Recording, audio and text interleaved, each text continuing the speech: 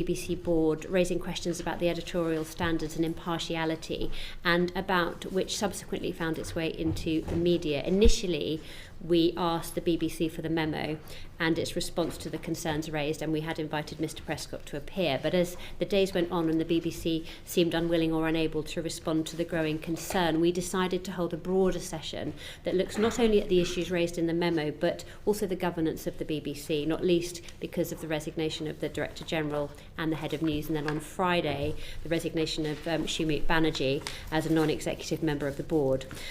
Since we announced the session, you won't be surprised to know that we've received a lot of correspondence from a lot of different people with very different views of the BBC and its reporting, and we won't be publishing these, but we are very grateful to everyone who has taken the time to contact us.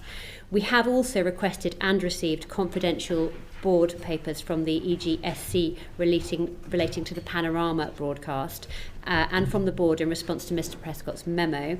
We won't be publishing these either, but they will inform our questioning, especially to our second panel. Before I begin, can I remind members to declare any interests before they ask their questions? Welcome, Michael. Welcome, Caroline. Michael, we're here today because a memo that you wrote was the catalyst for the resignations of three members of the board, including three members, including the Director General, and the corporation now faces a $1 billion lawsuit from the president of one of our closest allies. I don't need to spell out to you the seriousness of this for everybody in the room or those watching, but suffice to say, it can't be overstated what is a critical time for the BBC and public service broadcasting in general. How did we get here? Well, I suppose the saga does begin with that memo that I wrote, and at the most fundamental level, I wrote that memo, let me be clear, because I am a strong supporter of the BBC. The BBC employs talented professionals across all of its factual and non-factual programmes, and most people in this country, certainly myself included, might go as far as to say that they love the BBC. What troubled me was that during my 3 years on the BBC's Standards Committee, we kept seeing incipient problems which I thought were not being tackled properly, and indeed I thought the problems were getting worse. And what was especially troubling about this was that it was all happening just at the time when the BBC faces this fabulous once-in-a-lifetime opportunity, because in the era of fake news, the BBC really can become the go-to provider of news for the entire world.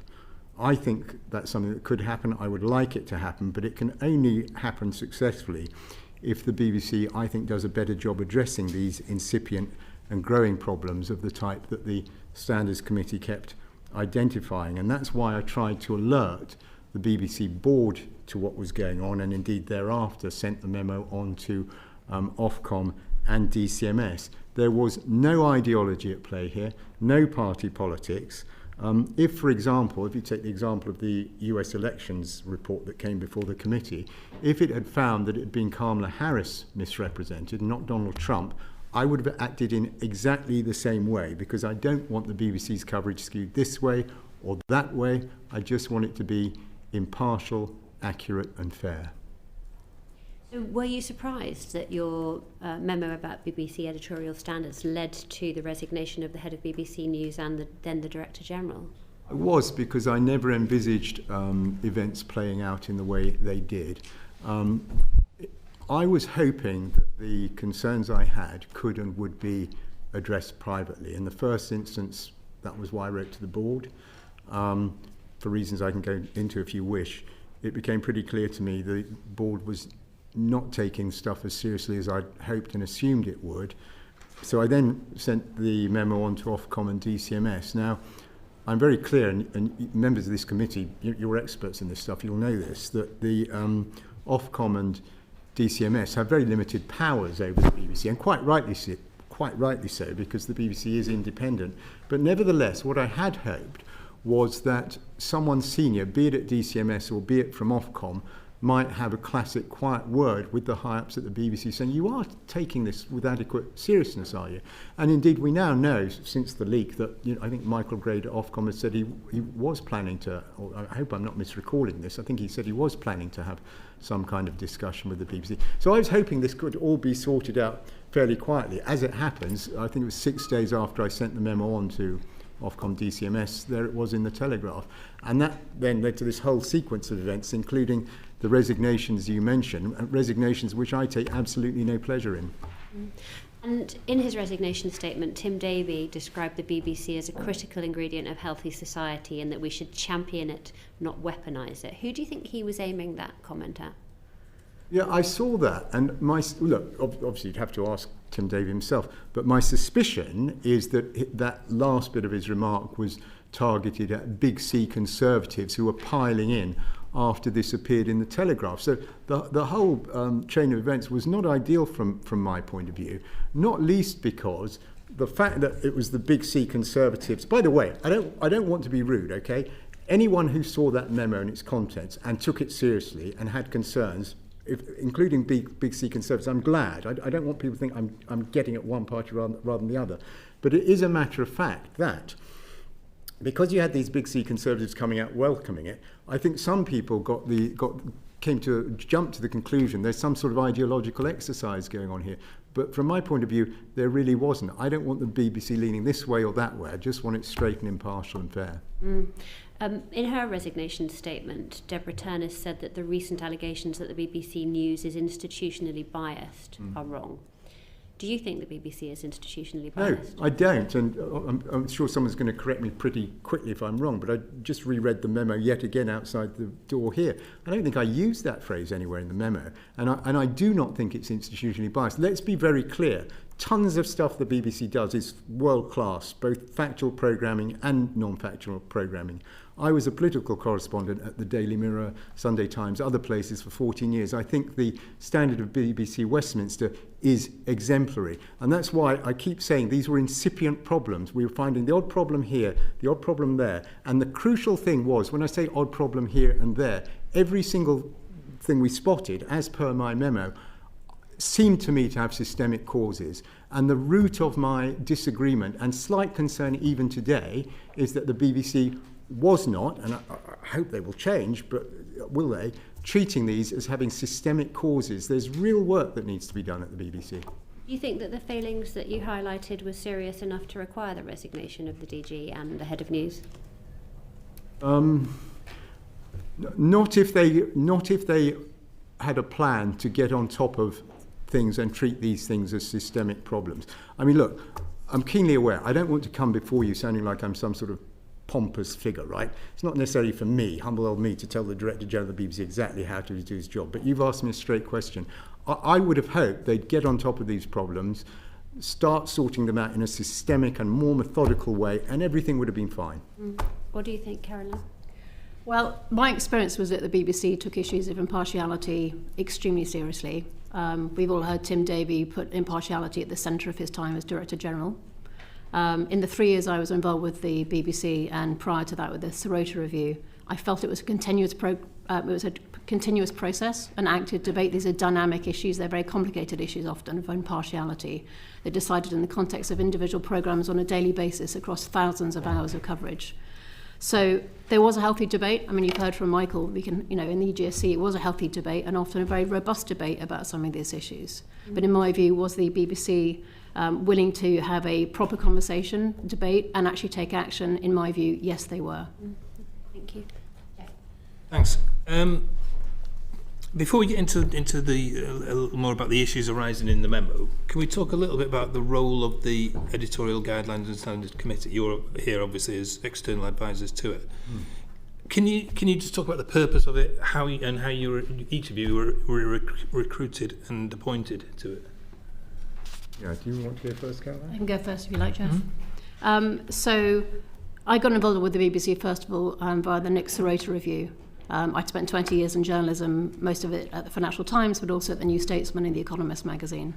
The BBC really matters to me. As an institution, I think it's extremely important, and as Michael said, particularly in the era of AI, when I spent a lot of time on AI, when 52% of the internet is supposed to be generative AI generated. I think it's an extraordinarily important institution to get this right. I worked on the next Rota review for about 6 months. It was a significant review. And then when the opportunity came up to become an editorial advisor to the committee, I was very keen to help enforce what we'd found in the Rota review. There are multiple recommendations in the Rota review, which I can walk through, but at a high level, one did include having broader editorial advisors on the committee. And that's what led to us being appointed. Part of that was led by Ofcom, who wanted to expand the range of editorial opinion available to the BBC. The second thing which came out of the Rota review, which was a key part of our implementation and actually the day-to-day work in the committee, was the introduction of new thematic reviews. These are really significant pieces of work. They took many months of work. They were usually hundreds of interviews behind them, and they were very comprehensive reviews of impartiality and BBC coverage. So we looked at immigration, for example, on the committee. They looked at the role of coverage of the economy. These were very important pieces of work, and I think they are comprehensive and extremely detailed. And they were ongoing. Alongside that, there were independent reviews of programmes, there was monitoring of impartiality, there were new guidelines initiated in terms of training. So if I sort of give that's a quick sketch, there are many other, I think we had 39 recommendations from this Rota review in the end that we were involved in implementing on behalf of the committee. So a lot of the work in the first 2 years was very much implementing the Rota review and the outcomes. That's a fantastic run-through by Caroline. I'm not sure, is there any bit of your question you think is unaddressed that I can actually add value with? Well, I suppose, am I right to read into what Caroline said then, that you're looking, in terms of these thematic reviews, you're not just looking at things that have gone wrong, the committee, you're looking at future challenges, proactive kind of looking ahead?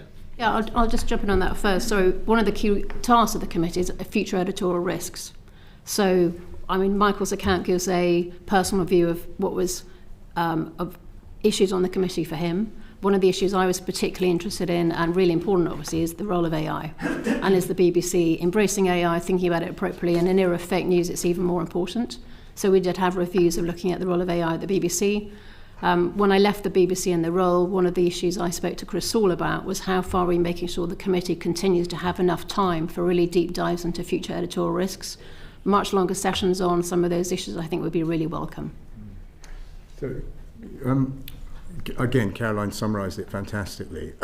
These thematic reviews, to your point, so they are proactive. They're not waiting for an obvious thing to go wrong, or was that quite right? Which was the case with a lot of things in my memo. But even on the thematic reviews, you see, my disagreement with the BBC is about the thoroughness with which it takes action and follows things through in this area of editorial standards. So if you take one of the thematic reviews, I think it may have been the first one, which was on tax and spend. How does the BBC cover issues to do with the economy, government tax spending, and so on? And there were a number of recommendations from that. One of them being, for example, that it should become routine that if someone is on a News Current Affairs show and says we need more money spent on X, then they should be challenged, well, that's fine, what's the trade-off? Do you want tax to go up, whatever? That was one of many, but a very simple to understand recommendation from that review. And I remember when the conclusions came before the committee, I think it was my first or second meeting, I asked what the follow-up was going to be. For example, because at that stage I didn't know the ins and outs of how every bit of the BBC worked. So I said, after each news show or current affairs show, will there be a tick list? Were people challenged in accordance with these new recommendations? And I was pretty much told, look, don't worry about it. Everyone knows this report. Everyone in the BBC's read it. Everyone takes it very seriously.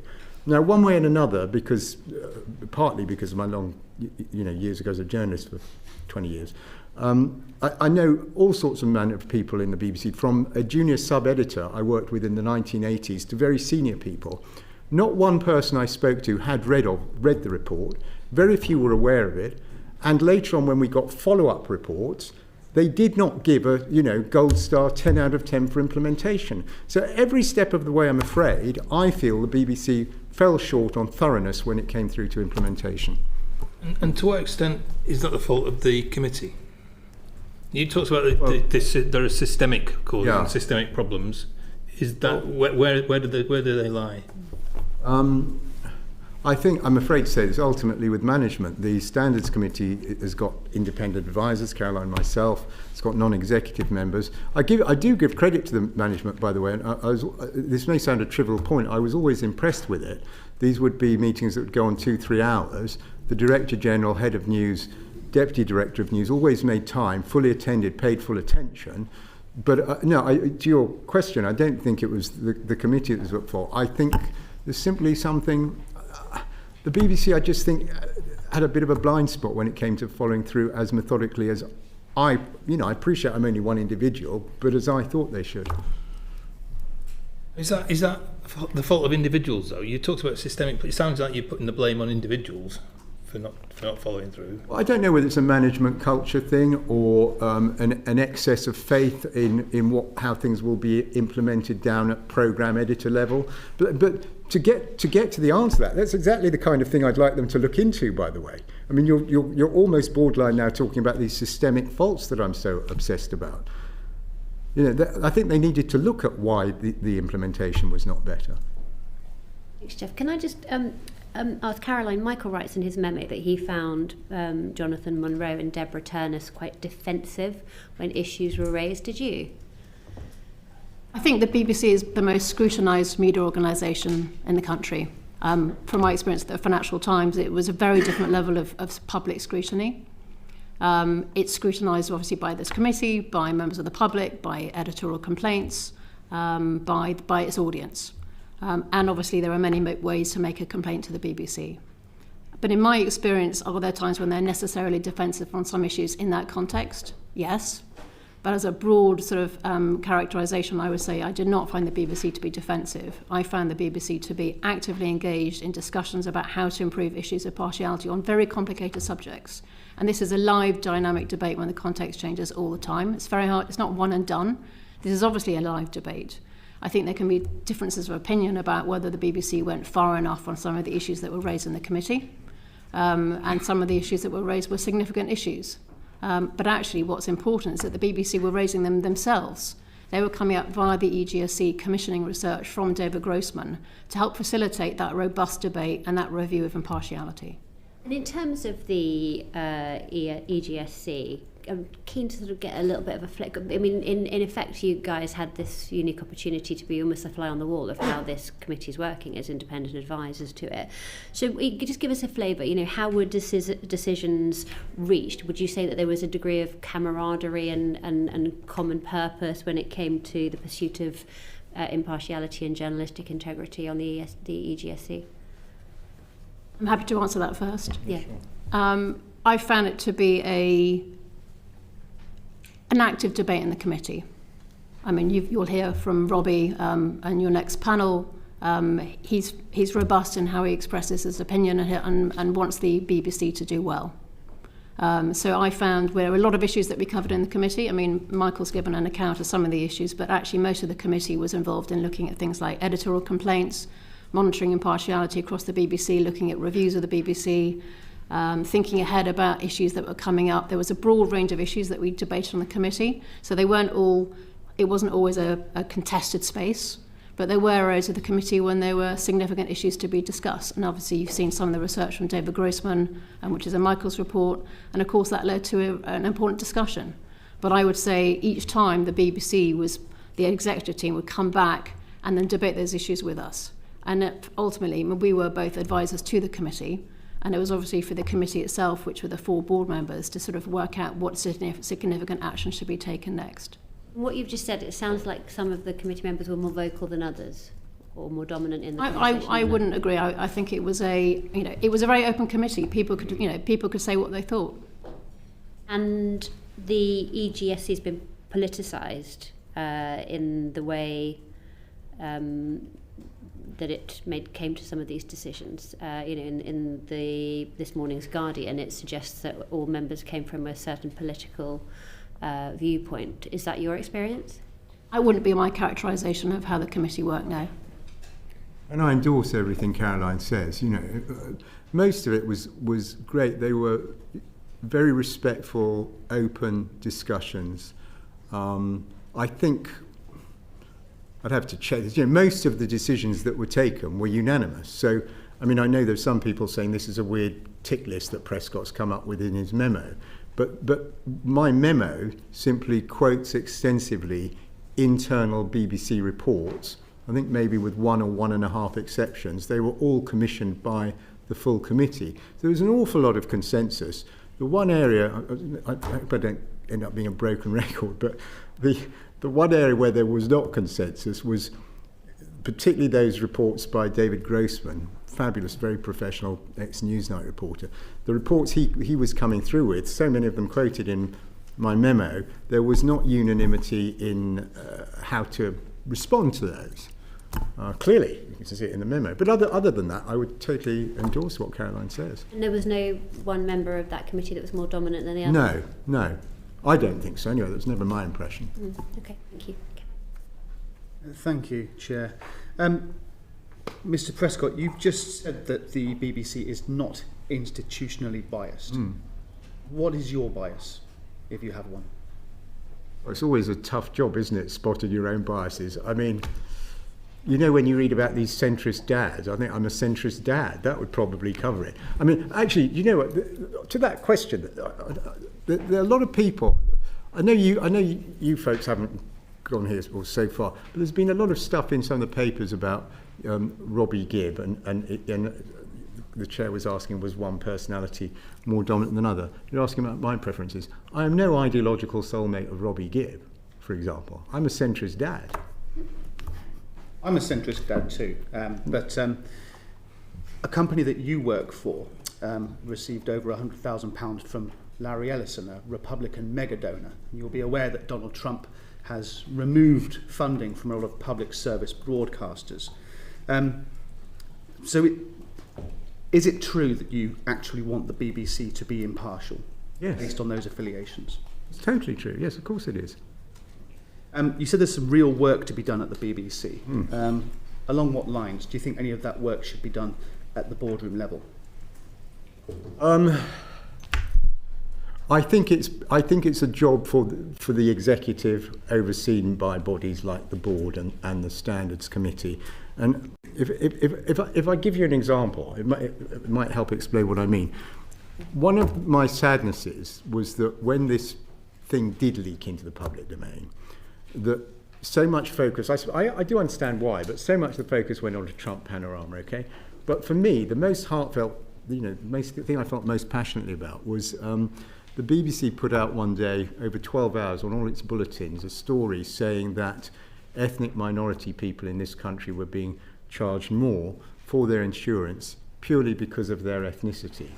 And when David Grossman looked into this, he found the story to be utterly untrue.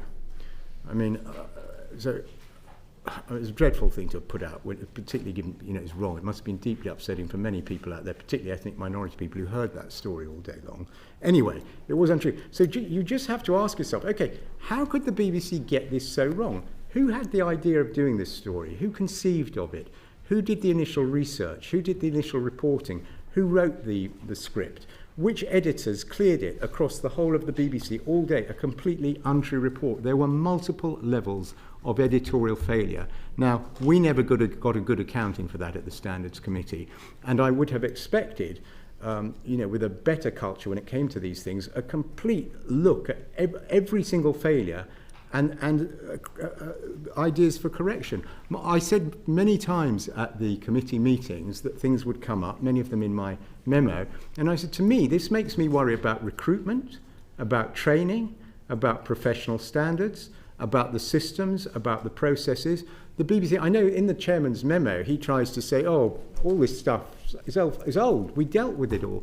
Well, to me, what I was frequently seeing was that the BBC's idea of dealing with something was to change the editors around, tweak the written guidelines. But there was never, it seemed to me, any willingness, and take the story I've mentioned, to look into exactly what went wrong there and whether there were deep implications. And of course, since the memo came out, you've had people like Mark Irwin, very respected, former BBC correspondent. He's done a piece on Substack. I don't know if you've read it. It's worth reading, where he seems to sort of, he's not criticising my memo, far from it, but he says he thinks that there are issues like this in the BBC, and there are deep cultural reasons forces at play here. So there's a lot for them to look at. You mentioned the memo a few times. You also told us that you'd sent it to Ofcom, DCMS, and you'd had that meeting with the BBC. 2 weeks later, the Telegraph had that memo, and they said that it was circulating around government departments. Do you have any idea how that memo got to those other departments or the Daily Telegraph? No, absolutely not. All that I know is what I've stated.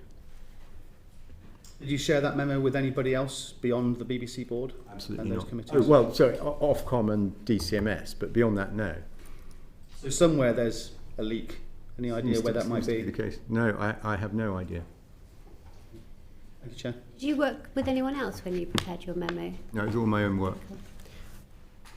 Natasha. Thanks very much for coming in today. So, Caroline, you mentioned the sorority review and talked about the depth of work that was involved in that. I just wanted to pick up on a couple of points. The review did find a culture of defensiveness at the BBC, especially around admitting mistakes, as the Chair sort of mentioned, and that was in 2021. Have things improved? I think they have improved. I think we can point to things like Tim Davie on Glastonbury. I think that was a speedy apology, and rightly so. I think there are probably many other examples of where the BBC has apologised in the last few years. But I would say I think the real issue is the culture of the BBC in terms of the level of attention paid to these issues. And again, in my view, the fact that we had a robust committee to debate issues of impartiality, the fact that we had David Grossman being commissioned by the EGSC to ask questions about the BBC's coverage in order to help inform future coverage was actually really significant. I think there are a few organisations when you actually have that level of auditing internally on a regular basis, and this is an ongoing issue. This is not one and done in terms of managing these issues. You kind of mentioned Tim Davie's sort of robust and very quick response to Glastonbury. Do you have any ideas as to why the kind of robust and quick response didn't come this time round? I wasn't involved in the issues with the board, so I'm afraid I wasn't privy to discussions, and I didn't know that Michael had sent the report until I read about it in the newspaper. Why there was a bit more of a delay over sort of a robust and response to my memo had leaked? Yeah. No, I'm sorry, I don't. I only know what, same as you, what I was reading in the newspapers. Sorry. And then just on the sorority review again. So, how has this changed the working practice and culture practically at the BBC? We keep coming back to this thing of culture and transparency. Well, how has it actually changed anything? I'll give a few examples. So, first of all, there are internal programme reviews which were reported onto the EGSC. So if there were particular issues with the programme, that they all led internally, we were given a high-level view of whether the programme was performing well or not performing well and some of the outcomes of those reviews. That's frustrating and difficult for programme makers to have an additional level of insight in terms of what's happening to be asked questions. I think that's important. The thematic reviews are significant pieces of work. I point to the immigration review. I think it was a substantial piece of work by Madeleine Sumption. And in fact, Madeleine continued to be involved with the BBC for another year, advising the BBC, going around the region, speaking about immigration, better ways to cover it, asking questions. It was a very thorough process of her and her team continuing to act on behalf of the BBC, give recommendations and advice, and being available as a resource on issues of immigration and how well to cover it, which is a challenging issue. So I would say, in terms of specific practical impacts, those are two good examples. I think a third is performance reviews. So again, we understood that impartiality was becoming a big issue in terms of being, frankly, played into how people were being judged in terms of being good editors of programmes. So again, it was an issue in terms of impartiality was embedded into sort of a new performance culture. Could there be improvements? Yes, and I have a few ideas on things which might be continue to be improved, but I do think it had an impact. And they also had a lot of focus on training. Not surprisingly, you have lots of people coming in and out of the BBC. People who were outside the BBC also had to do the editorial training. So I think across a number of areas, I would say there was a systematic change in terms of what we were doing on the committee and what we were seeing. But how do we then kind of get in the position that we're in now, where, you know, Michael, you felt compelled to write your memo? Is there an issue around transparency at the BBC? Is there an issue with just being transparent and honest about when things go wrong? I think there kind of is when it comes to self-criticism, actually. I just think that Caroline's described the processes very well, and the BBC does try to look at itself, and it's done a lot of the right things and a lot of responsible things. But I just think that then when it comes to following through on actions, it's not always fantastic, and you do get levels of denial, as per my memo, whether it was the issues in covering the US presidential race or Israel, Gaza or whatever. You got these reports through from David Grossman, and the management's response was to just plain deny. So, well, we don't agree with them. And what was the rationale? Did they outright find David Grossman was wrong on the facts or out-argue his rationale? No, they just disagreed with them and didn't do anything. Do you think to what extent do you think there's an issue with the comms of the BBC? I mean, it feels like there's some kind of muscle memory of how to mishandle allegations of editorial mishaps and mistakes.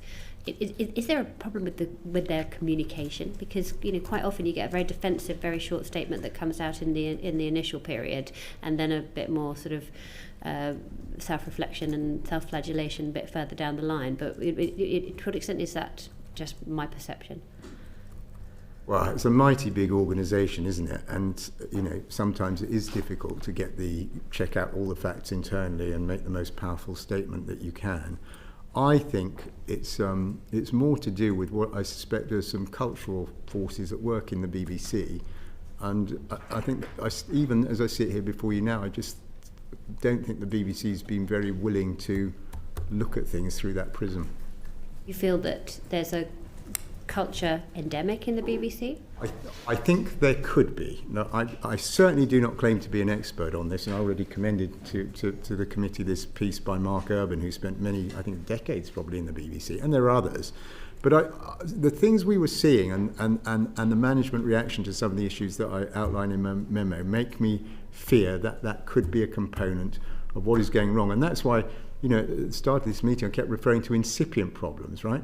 I don't think this is catastrophic yet, but I do think that it seemed that things were getting worse. That was my honest perspective, and I think it's hopefully reflected there in the memo that you'll have read. To what extent do you think it's that which undermines people's trust in the BBC?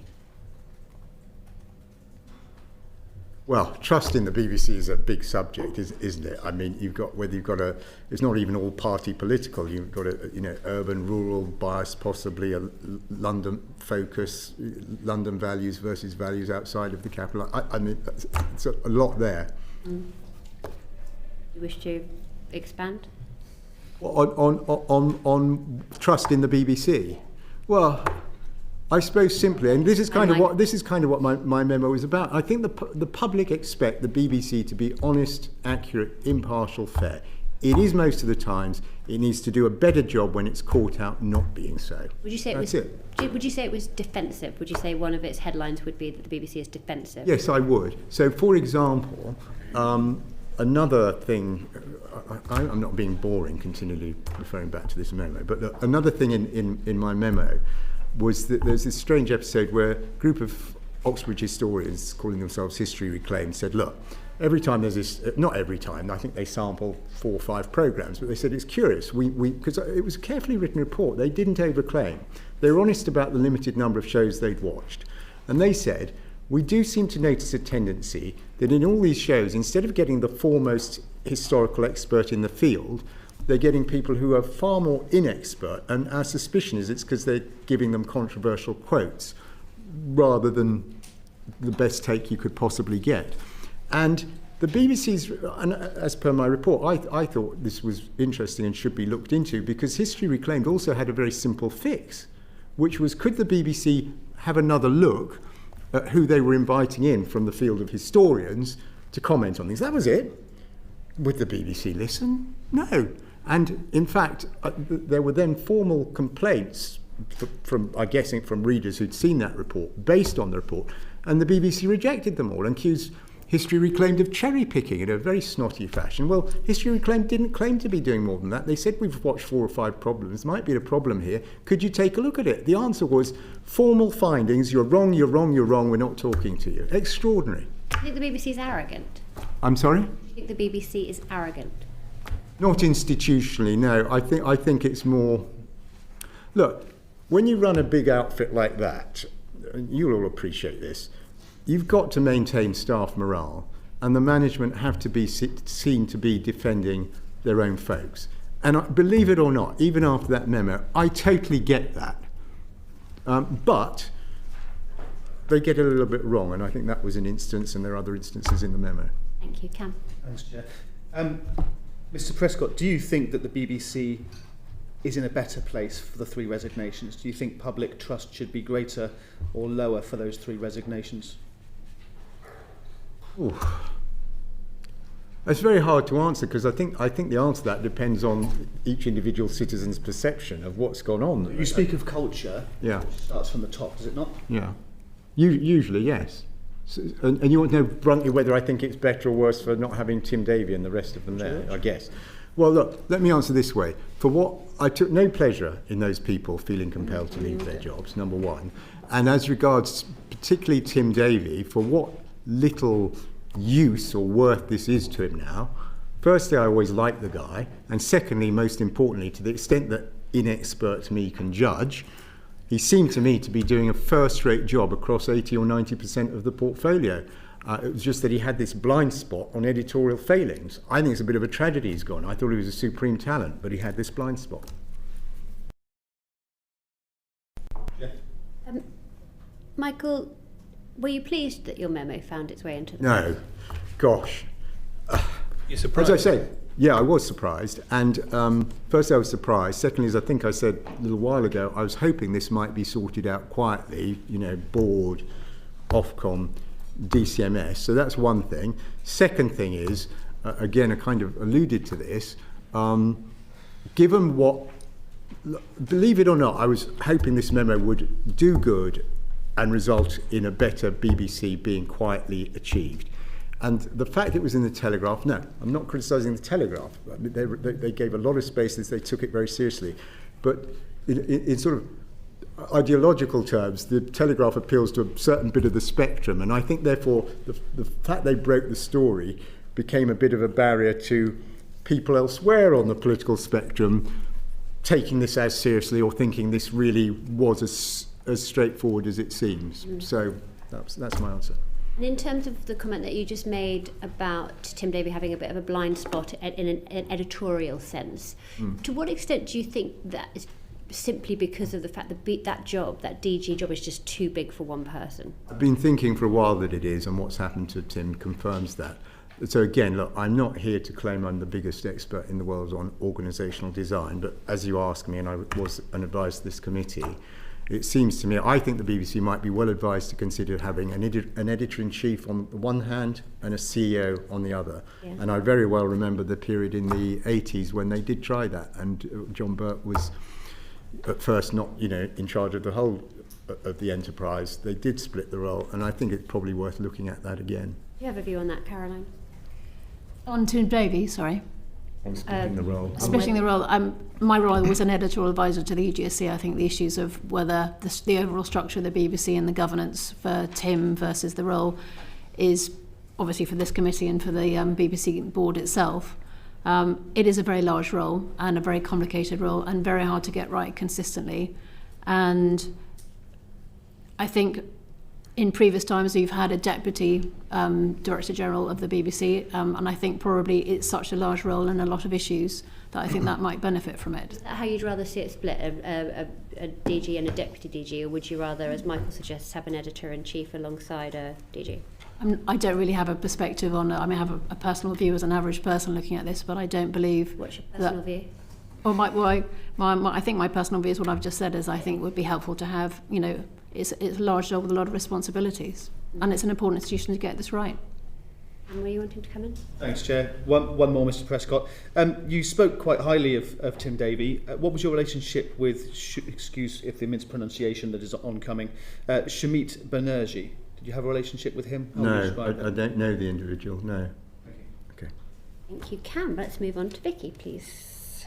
You rightly pointed out that the Panorama programme has been picked up quite a lot in terms of your note.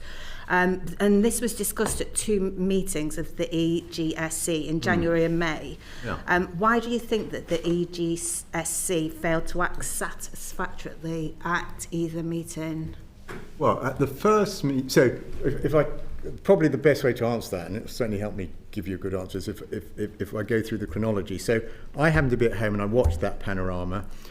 It struck me as having issues to do with balance. I didn't think it was quite what I might have expected. I still wasn't too bothered because I thought, well, that's quite an anti-Trump programme, but they'll probably be just as hard on Kamala Harris next week, and they weren't. So I mentioned this at the committee. David Grossman was asked to look into it all, and he came back in January with the findings, which are summarised in my memo.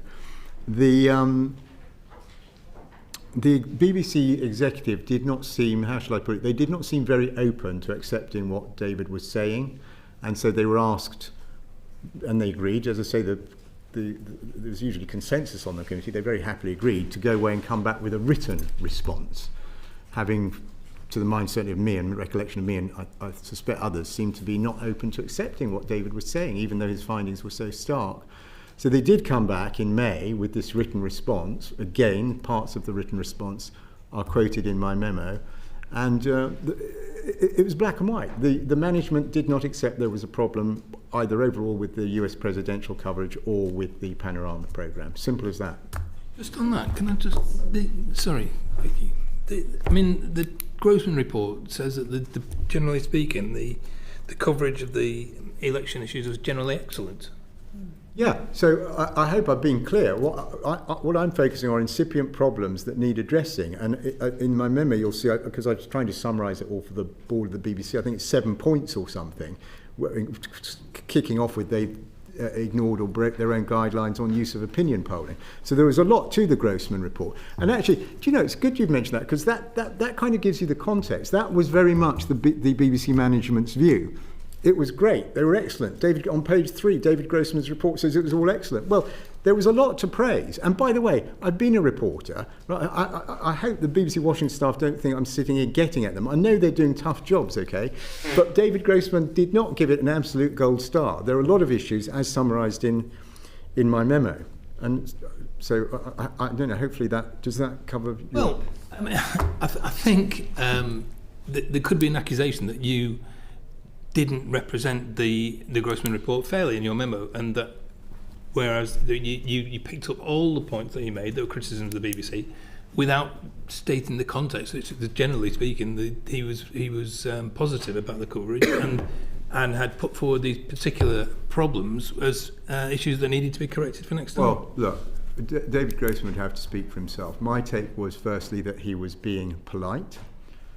Secondly, there were a lot of very specific instances in the full report, summarised in the memo, of things that had gone wrong. And you know, that both my memo to the board, its intent, remember, this was conceived as a private memo to 14 people, and it was meant to be a call to action. So it was not, I didn't put in the stuff for celebration. It was very deliberately highlighting problems and faults that I felt were not being addressed properly. Back to the Panorama documentary. So you said that you watched it on the 6th of January and that was the point. I think it was the show, I think, was... sorry to interrupt you. It was just before the presidential race. I think it was late October. But sorry to interrupt. So you watched it, and then that is what prompted you to put in complaints, even though there was no complaints about the Panorama documentary. Yeah, I wouldn't characterise it as a complaint. That's not really how the Standards Committee worked. So I watched the show, okay, and even after watching it, although I thought, a lot more anti-Trump witnesses than pro-Trump and so on, I thought it was a bit of an anti-Trump programme. Didn't think it was fair balanced as you might expect typically from the BBC. But even then I wasn't too alarmed, because I just thought, and by the way, I rather enjoyed the programme. But I thought, they'll probably be doing just as aggressive a look at Kamala Harris next week. That's why this was so aggressive on Trump. And there wasn't a balancing programme. And so I can't remember now, I'd need to check whether I emailed David Grossman or raised it at the next committee meeting, but I simply said, could David have a look at the show to see what, because I could have been wrong, that actually it was in line with the standards and it was all fair enough. And so that's how it wound up being looked at. Then in terms of your memo, when did you include the Panorama programme into your memo? Well, was it at the start or later on? No, my memo was all written of a piece. So although it begins with the example of Panorama, because I thought it was a very stark example of things, the sorts of things that had gone wrong and were not being addressed. So that's why I nosed off the memo on it. But everything in the memo was written, way after because I left my last meeting of the Standards Committee was June, and it was in some months after, actually, before I started writing the memo. Okay. Thank you. Mr. Prescott, you mentioned that the January 6th documentary wasn't really of the editorial standard you expected, but that you thought that perhaps they'd be just as hard on Kamala Harris. Yeah. It has occurred to you, though, has it not, that Kamala Harris wasn't found by the January 6th committee to have played an active role in the Capitol riots? Mm-hmm. Absolutely, yeah. But so what would such a documentary look like as a companion to the Donald Trump? Well, the Trump Panorama was looking at his history as obviously he'd been president once already, his track record as a politician, and purported to be trying to look at the secret of his appeal. Mm-hmm. And then thirdly, trying to look at what might the consequences be of him winning. If he'd lost, he might have faced more lawsuits. If he won, he could crush them. It's that sort of thing. So an equivalent look at Kamala Harris might be, well, what is the secret of her? What is her track record? What is the secret of her political appeal? What would the consequences be if she won? So it's pretty straight up and down, really. Or to me, it seems so. Thank you. Do you agree with Donald Trump's assertion that his reputation has been damaged by this documentary, considering, of course, that he was found to be a central figure in this insurrection, considering that he has been found by a civil court as being liable for sexual assault, that he's regularly boasted about sexual assault? Do you agree with Donald Trump that this documentary has harmed his image in some way? If I could answer in two parts, as it were. Firstly, I'm supposing, but you'll correct me if I'm wrong, I should probably restrain myself a little bit, given that there is a potentially a legal action. All I can say is I can't think of anything I agree with Donald Trump on. Thank you. Yeah, thanks both. Very interesting. You've obviously got similar backgrounds in a way, Fleet Street and then the PR industry for a long time after that, but different conclusions as well. So fascinating. Thank you for both coming in. I just wondered, I think Jeff asked this earlier, so you were advising the EGSC. How did you hear about the job? You want me to go first? Do you want to go first? Just, I'm curious to know, probably a lot of our constituents would like to advise the BBC. Where does this get advertised? How did you hear about it?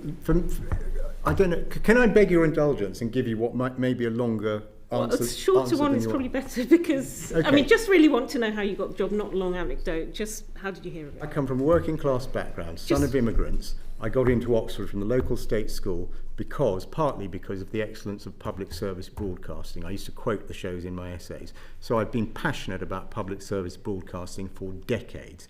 I read every spit and cough about the BBC. I followed the Martin Bashir scandal. I saw that Nicholas Sirota did a review. Caroline was part of it. And I saw in the newspapers that one of the recommendations was to create this post. And I thought, what a fantastic job. I'd love to get that. So I looked out for the advert and I applied. And it was advertised? Yeah, yes. Caroline, you said. It was publicly advertised. Obviously, I was aware that they might create the role because it was one of the recommendations of the Sirota Review. And obviously, I was very interested in making sure the Sirota Review went somewhere. So I was very interested in making sure that the actions recommended by the Sirota Review were actually implemented. And I wanted to play a part in doing that. Okay, yeah, no, just curious to know. And also, I guess the Grossman researcher role, he's not here, is he? Well, curious to know where these things are advertised. I've never seen those adverts. Well, But How he was you're probably better directed at Okay. the chairman, The next because one, I can't. I don't know. It wasn't openly advertised, was it? That I one? think don't know. that's Don't one think for- so. one I think it for- was an internal appointment, It wasn't. in effect, for a researcher. But you'd need to check with the Beeb. Okay. I mean, look, just you said to us, Michael, that I think you say in your memo as well that you've never been part of a political party. You're a centrist dad. You have no axe to grind. I think it says somewhere, hang on, you do not hold any hard and fast views on matters such as American politics. But, I mean, if you go through the memo, there are some quite interesting terms. Lawfare is one that's used by the MAGA generation. That's used as fact. And I think you critique the word reproductive rights, which is fairly common currency. You know, we talk about it in this parliament. So, I mean, it does feel, and you've said also that there should have been a programme equally aggressive towards Kamala Harris. I mean, isn't this a weird sort of equivalence? Because Trump had a term as president. He had been found guilty of incitement.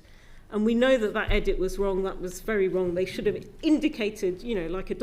you would in journalism, that these are two different parts of the speech. But, I mean, I don't know. There are some people making conclusions. If you look at the things in the dossier, what have we got here? We've got Trump defence, we've got trans, we've got Gaza. Are they not all from one sort of perspective, these comments? Oh gosh, thank you for the question. There's quite a lot there.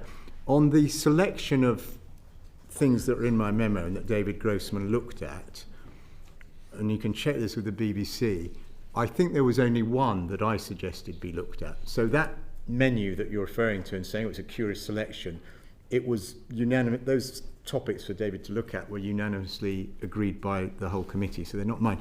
And when you mention, you know, quoting lawfare and reproductive rights, I think I'm right here that that those are words that appeared in David Grossman's reports. There's a lot of misapprehension. I'm not saying this is a view, but out there online, so on, there's a lot of misapprehension out there. In a funny way, a lot of my memo wasn't written by me. It was me quoting David Grossman's internal BBC reports. And he mentions I think it was him who made the point about lawfare, and it wasn't meant to be a party political or ideological point. He was making a very simple point that in America, unlike Britain, if you get a prosecuting counsel, they may be carrying a party political strike. They may be a political appointee, and that was important for audience understanding of the full context of the onslaught on Trump. Reproductive rights was in his American election report, where he was making the point that if correspondents use those terms as common parlance, there's a danger that you alienate part of the viewership who don't use that language. But this was all stuff these were not my views. These were all, you know, me quoting from the internal BBC reports. Caroline, isn't it the duty of all people on the board and the advisors to the board to represent all licence payers, and that's millions and millions of people? It just looks like these particular hobby horse culture war issues have been selected in one direction. I mean, surely your responsibility is to all licence fee payers. Do you mind if I and at the same time, you know, we hear at the same time you two served your term, there was a letter from 400 BBC employees. There are the all-staff meetings. There was one just the week before last. There has been a letter we've been circulated by 100 eminent BBC folk, including Dimblebees and whatnot. So those are very different to the selectively picked examples here that all seem to betray a political bias themselves. Yeah, I know. I've seen that point of view expressed online and so on. Matthew Parris, if you look at him, you're giving us articles in The Spectator. His view of the Trump documentary, which I watched last night, 12 seconds within a 70-minute show. It was wrong, it was a bad edit, but I'm sure there's loads in there Trump would have liked. The MAGA superfans showing their adoration for him. So this idea that there was a sort of ideological or party political skew to the work that was going on, I don't think it's actually entirely fair. And you've got to realise that when those reports were commissioned, we did not know what was going to come back. So if you take, for example, the BBC's coverage of US presidential elections, okay, when the committee asked David to look at this, he could have come back with a completely clean bill of health. It's possible. He largely did. Well, okay, hang on. It's possible I suppose, to conceive that he might have come back saying, you know what, we were a bit unfair on Kamala Harris because Trump is so bombastic and says such outrageous things. There's no equivalence there. Okay. So you could. I'm just asking you. Obviously, you're very free to disagree, but it could have been Grossman came back and said, you know, we've been a bit unfair to Kamala Harris because Trump's so bombastic that we end up giving her too little airtime. That he might come back. As it happens, he did come back saying there was a skew against Trump's side, but we didn't know that's what his finding would be in advance. So I don't think it's entirely fair to suggest the committee had an ideological hue in commissioning the bits of work. No, I'm saying the memo, not the committee. Oh, the memo. Because, you know, if you're Right. saying you have to sling an equal amount of mud, surely the role of the journalist is to tell the truth. Yeah, sure. So do you have to find, do you know what I mean, just because tit for tat thing, because, or do you tell I certainly agree with what you say, both about you know, the truth and things being balanced. But the stuff in my memo, I think covers almost all of the David Grossman report. So it's not as if there were 100 reports and I picked these ones and they've got an ideological flavour to them. I've mentioned most of the reports that were done, and they were commissioned by always commissioned by the whole committee. Sorry, Caroline. I was going to say that looking at the overall debate we had in the committee, it was a long report, 20 pages, looking at US election coverage as a whole.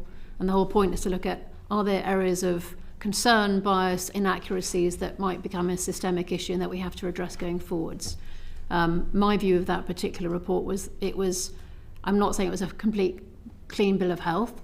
There were issues that I think the BBC had to address, issues about how are we reporting appropriately in terms of individuals who are being quoted. Is the balance of geography of where the BBC was based in America and their operations appropriate and representative of kind of American coverage? And in fact, they realised that they probably needed to do more to change the balance of their geography across the thing. But actually, what I took away from that report is that there was actually very good coverage of the US elections, powerful coverage. Yeah. And not quite perhaps the same, I have a difference of opinion about how important the concerns were around the US election coverage as a whole, and having read the David Grossman report. And I'm just thinking of this memo, which has had such an effect, within a very short space of time. I think our committee's writing a thing before we've even seen the contents of the report, and within a week, 2 big heads have rolled, another one since. And some of these points you've claimed history reclaimed. I mean, if you look into who these people are, again, Robert Toombs, he's a well-known Brexit person. They're all from a particular slant. So I just wonder if you're aware of your own biases in the examples you've chosen. For example, you say that you should not state that the Trump election was stolen, that was baseless. Do you think that the idea that the Trump election was stolen was baseless? No, I absolutely do not. I don't remember that bit of the memo. Also, page 3, it says something like it was a Democrat majority committee. Oh, that he was found guilty of incitement. Yeah, that's right. I mean, our committee is a majority Labour committee. We have a Conservative chair. Are you saying we're illegitimate? No, oh God, absolutely not. I'm a great respecter of Parliament and the traditions of Parliament. I spent 15 years as a correspondent here.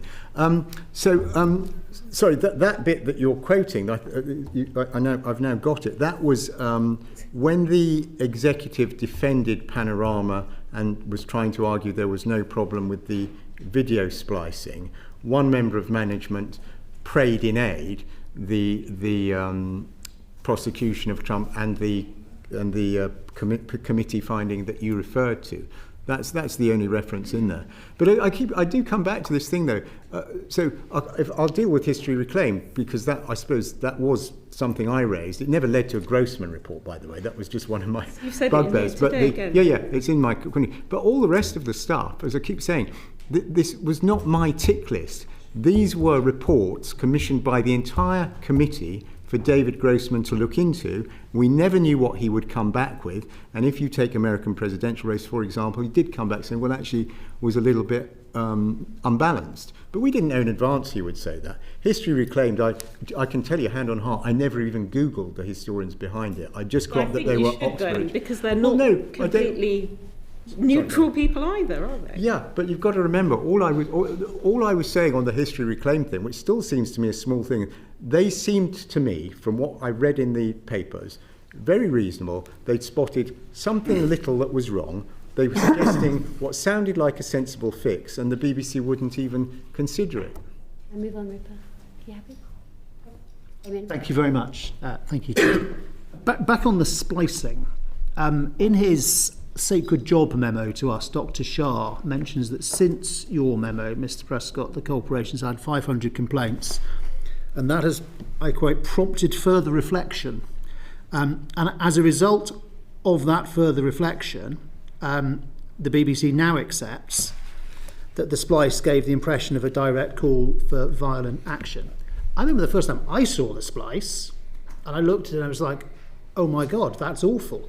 And then I checked a transcript of the speech itself, and that confirmed it. Were you surprised that it took the BBC multiple iterations and multiple months to work out something as straightforward as that splice was that misleading? Yes, in a word.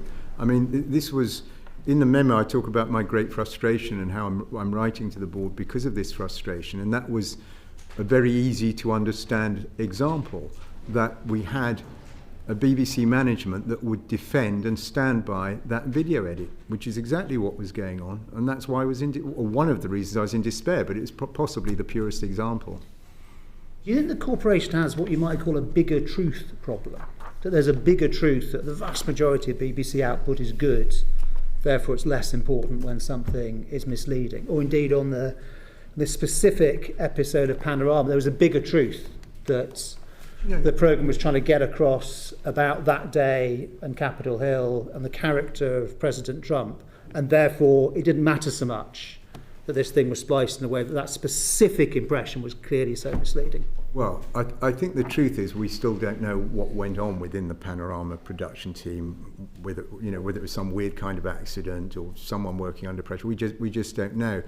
But as regards the wider BBC, I mean, people I know and don't know texting me, emailing me and so on, who clearly appalled by that. So I don't think it's a bigger problem. It was just this curious management blind spot.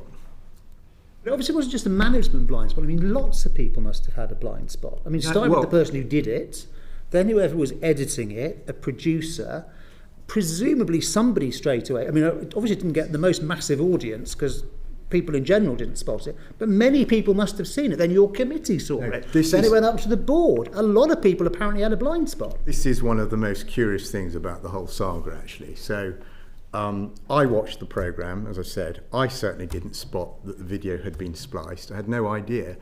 And I doubt... It was a very good splice job. It's interesting if you did, but I suspect... No, I didn't. It was an extremely good splice job. Okay. So where you couldn't see the scene, that's the point. And you didn't realise it had happened. And when I asked for the Panorama to be looked into, it was for reasons other than the video splicing. I thought there were other issues with it.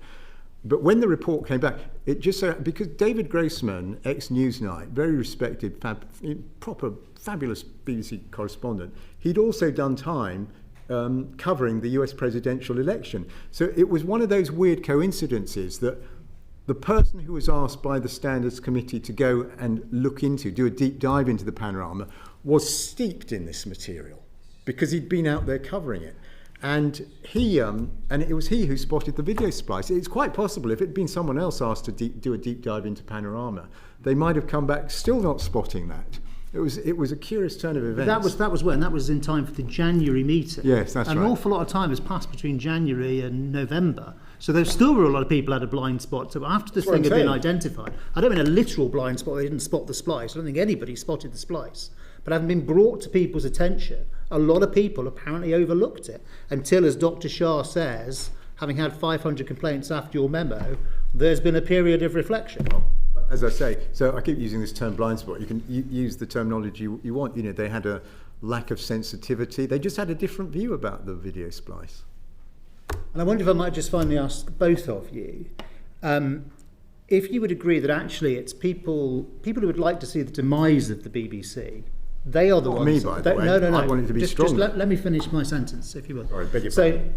it is people who would wish to see the demise of the BBC. They are the ones who ought to downplay this incident. And people who love the BBC and think the BBC has a more important role than ever in the information meltdown and mosh pit and misinformation, disinformation. They are the ones who will say that when an incident like this comes along, it must be taken with the absolute utmost seriousness. Yeah, that sounds a very sensible point to me. I mean, people who love and support the BBC, we want the BBC to be at its best, and that's what this whole thing's been about. Obviously, issues of trust are foundational to the BBC. It is very important that they take inaccuracies extremely seriously. I would say, I mean, to echo Samir Shah, it was regrettable that this wasn't recognised at the time, and it was too late to, even though Panorama was alerted to this, I think it was too late by the BBC to actually take action on it.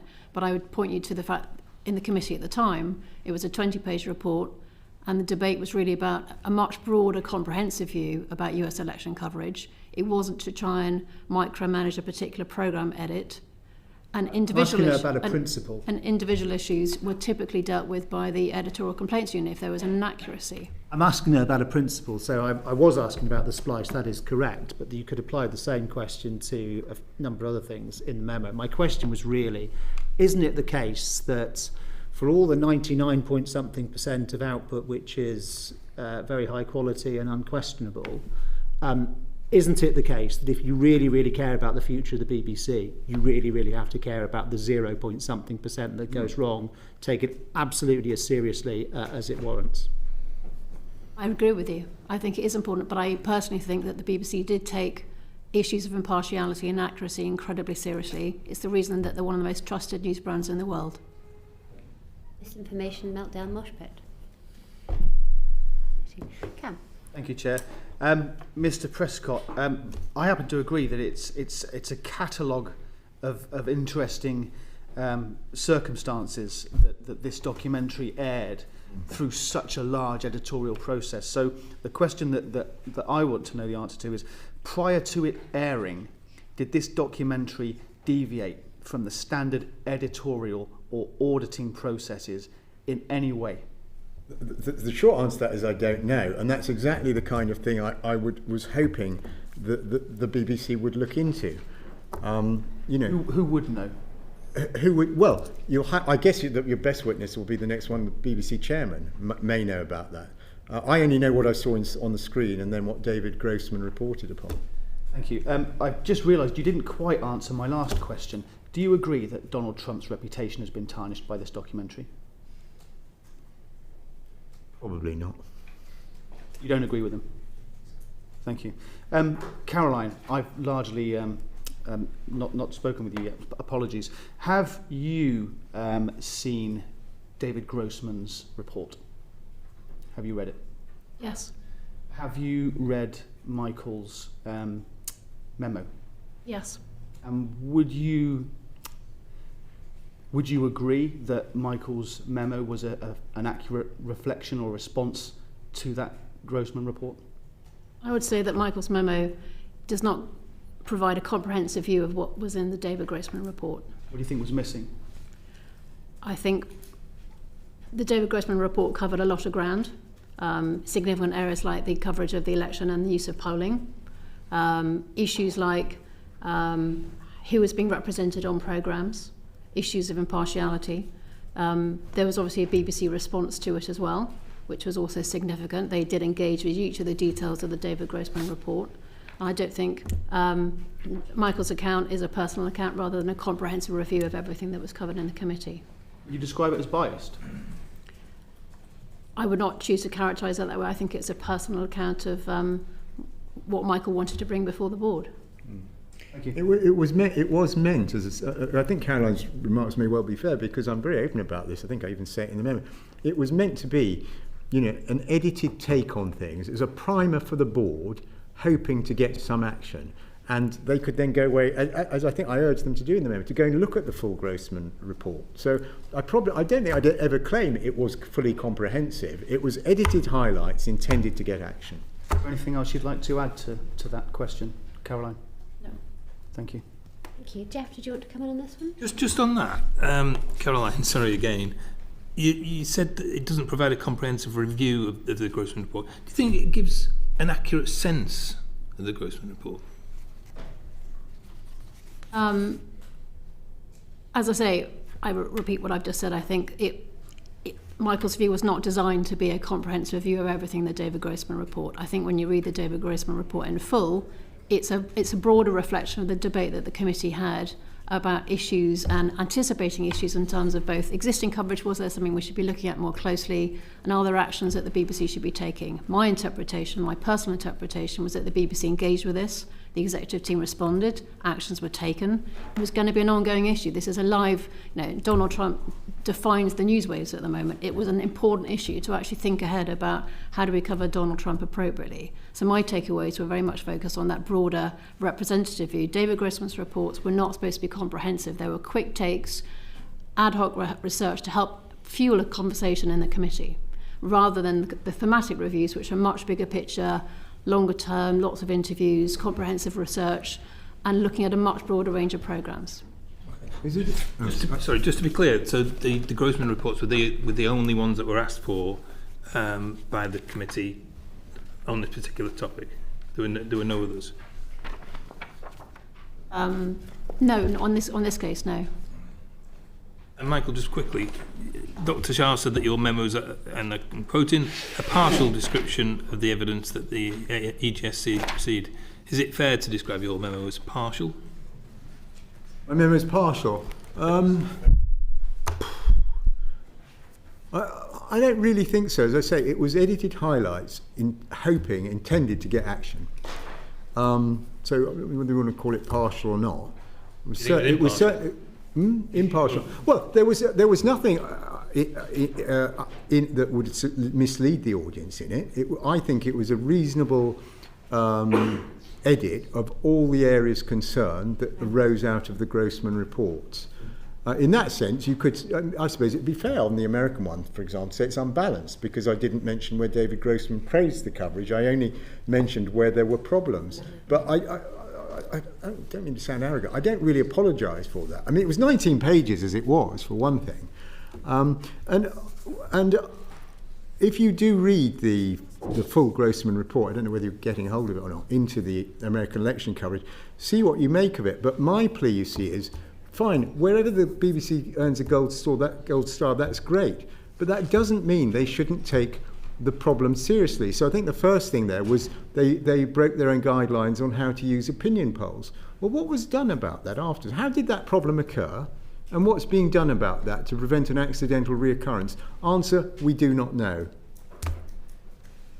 I think that, would you agree though that they have acknowledged that was an issue? I'm just looking at a quote saying that the one significant exception to our usually excellent record of reporting polling. So that particular problem with that particular poll was acknowledged. Yeah, but this goes to my one remaining worry. But I should have said, by the way, I really welcome the BBC chairman's letter to you, where he says he's going to go through everything in my memo point by point, which is in a way all I wanted. The one worry I still have is, will the BBC do that, treating every issue there as if it is a systemic problem until they can prove that it's not? So the issue there about the opinion polling, they say they've responded to it and acknowledged it. Okay, but were there systems that went wrong? If it was one single human error on one night, fine. But if not, there's a bigger problem. What's gone wrong here? They need to get under the bonnet and start fiddling around with the spanner of it. How do they demonstrate that they fix those systemic problems? Well, for starters, whoever takes the place of Caroline and myself on the Standards Committee, hopefully they can persuade them that they've been doing a more thorough job. And if there was to be wider scrutiny, and it's for BBC as an institution to figure that out, and of course you as the Select Committee have an oversight role. Thank you very much. Bye. Thank you, Chair. Michael, you mentioned sort of primer for the board. A comment you just made earlier in terms of sort of like your communication, and you started off earlier when you said that you was a strong supporter in your formative years, how important the BBC was, and I think that many people in this room, myself included, sort of BBC is sort of very important in terms of our sort of education as well. Yeah. So, did you foresee the damage your memo would cause? Absolutely not, because it was. Remember, sorry, but just beg your pardon. No. I paused. That's why you came in. My apologies. But what I would say to you is, did you not see an opportunity, or did you not see a scenario where that memo would be wider circulated? No, it went. As I say, it went to 14 members of the BBC board, and then senior people at Ofcom, DCMS, who. As I said, BBC is independent, but they have some role in terms of dialogue with the BBC. So, no. And also, I look back, what was I to do? I could have done nothing, but you can hopefully tell from the memo the level of my concern, and I wanted someone somewhere to start doing something. No, I understand that, but it's obviously been, in some cases you can argue it's possibly being weaponised, and you spoke about people on the political spectrums sort of grasping that and trying to sort of damage the BBC, so to speak. So I'm just surprised you're surprised we've got to this point. Well, on the weaponised thing, this is a personal view, but whether people at the BBC think this stuff's been weaponised or not, surely that's a secondary issue. There are very specific things that have been going wrong, detailed in the Grossman reports, detailed in my memo. Now the BBC, they say they're going to look at them one by one. Hopefully they'll treat them as systemic problems, in which case the BBC will end up stronger, and I want it stronger so it can conquer the globe. So this, where you're coming from, which is surely you realise there was a risk of damage. Even as I sit here now, my hope and my genuine belief is the BBC is going to end up stronger because of all this stuff. And it'd be great. They can reach billions on this planet with their news and current affairs, given that we're in the era of fake news, if they get this stuff right. Caroline, what's your view about what I asked Michael in terms of how this has impacted the organisation? It's obviously been an extremely challenging time for the BBC. It's on the spotlight on issues of impartiality, which in my view the BBC was actively engaging with on a regular basis. As I point out, the fact that the committee was extremely robust, discussions were had, research was commissioned on a regular basis, and it was challenging research. I think that's a really healthy organisation and a very healthy debate. Thank you. There was a term about sort of systemic and processes, about possibly the BBC not listening, the editorial team not listening, and you gave some examples. And one of the examples was about the insurance, about that sort of misrepresentation and that ethnic minority sort of penalty. Yeah. With regards to that sort of insurance story, the BBC sort of acknowledged it was wrong and published a correction in 2024-25 in their annual report, and it's that an example of the EGSC working as intended. Well, there's a complaints process, as you know, that occurs in quite separately from the Standards Committee. Any member of the public can complain, and it's dealt with by certain machinery. The Standards Committee keeps an eye on that and see what they think of it. But this particular story you mentioned to, and the BBC apology, again, sorry for being a broken record, but again, this comes back to whether a problem is systemic or not.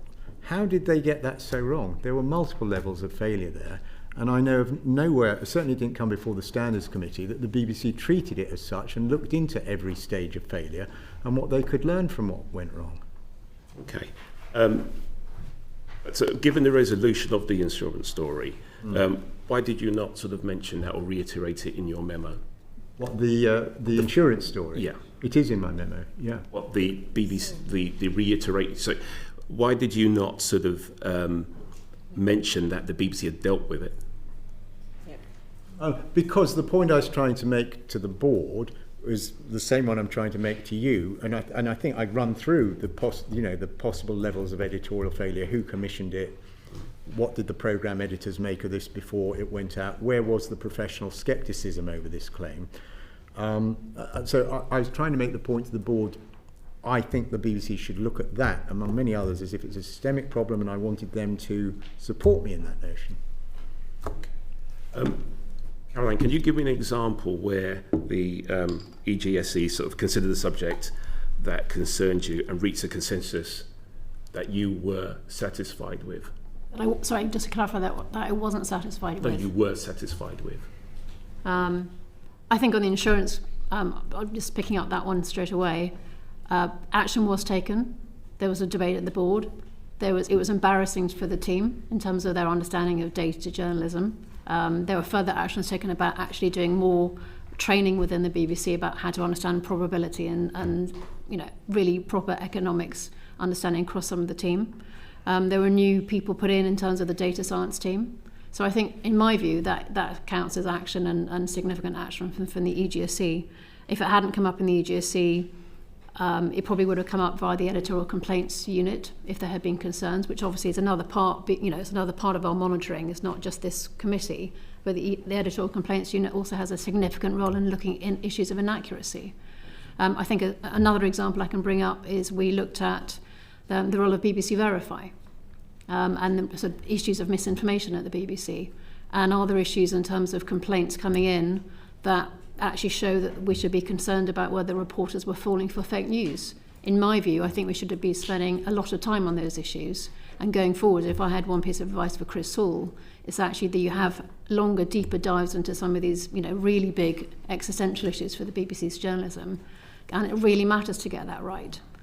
So we can, in particularly in an era when trust is incredibly important, and when the internet is becoming a source of massive scale misinformation. So in my view, I think the BBC engaged that on the last 3 years. We did have conversations about that. I like to see the BBC having even more focus on that going forwards, and a wider frame of views and more deeper dives on issues like that. Okay, thank you. Michael, last question. Any other examples where you feel that... The committee operated by consensus?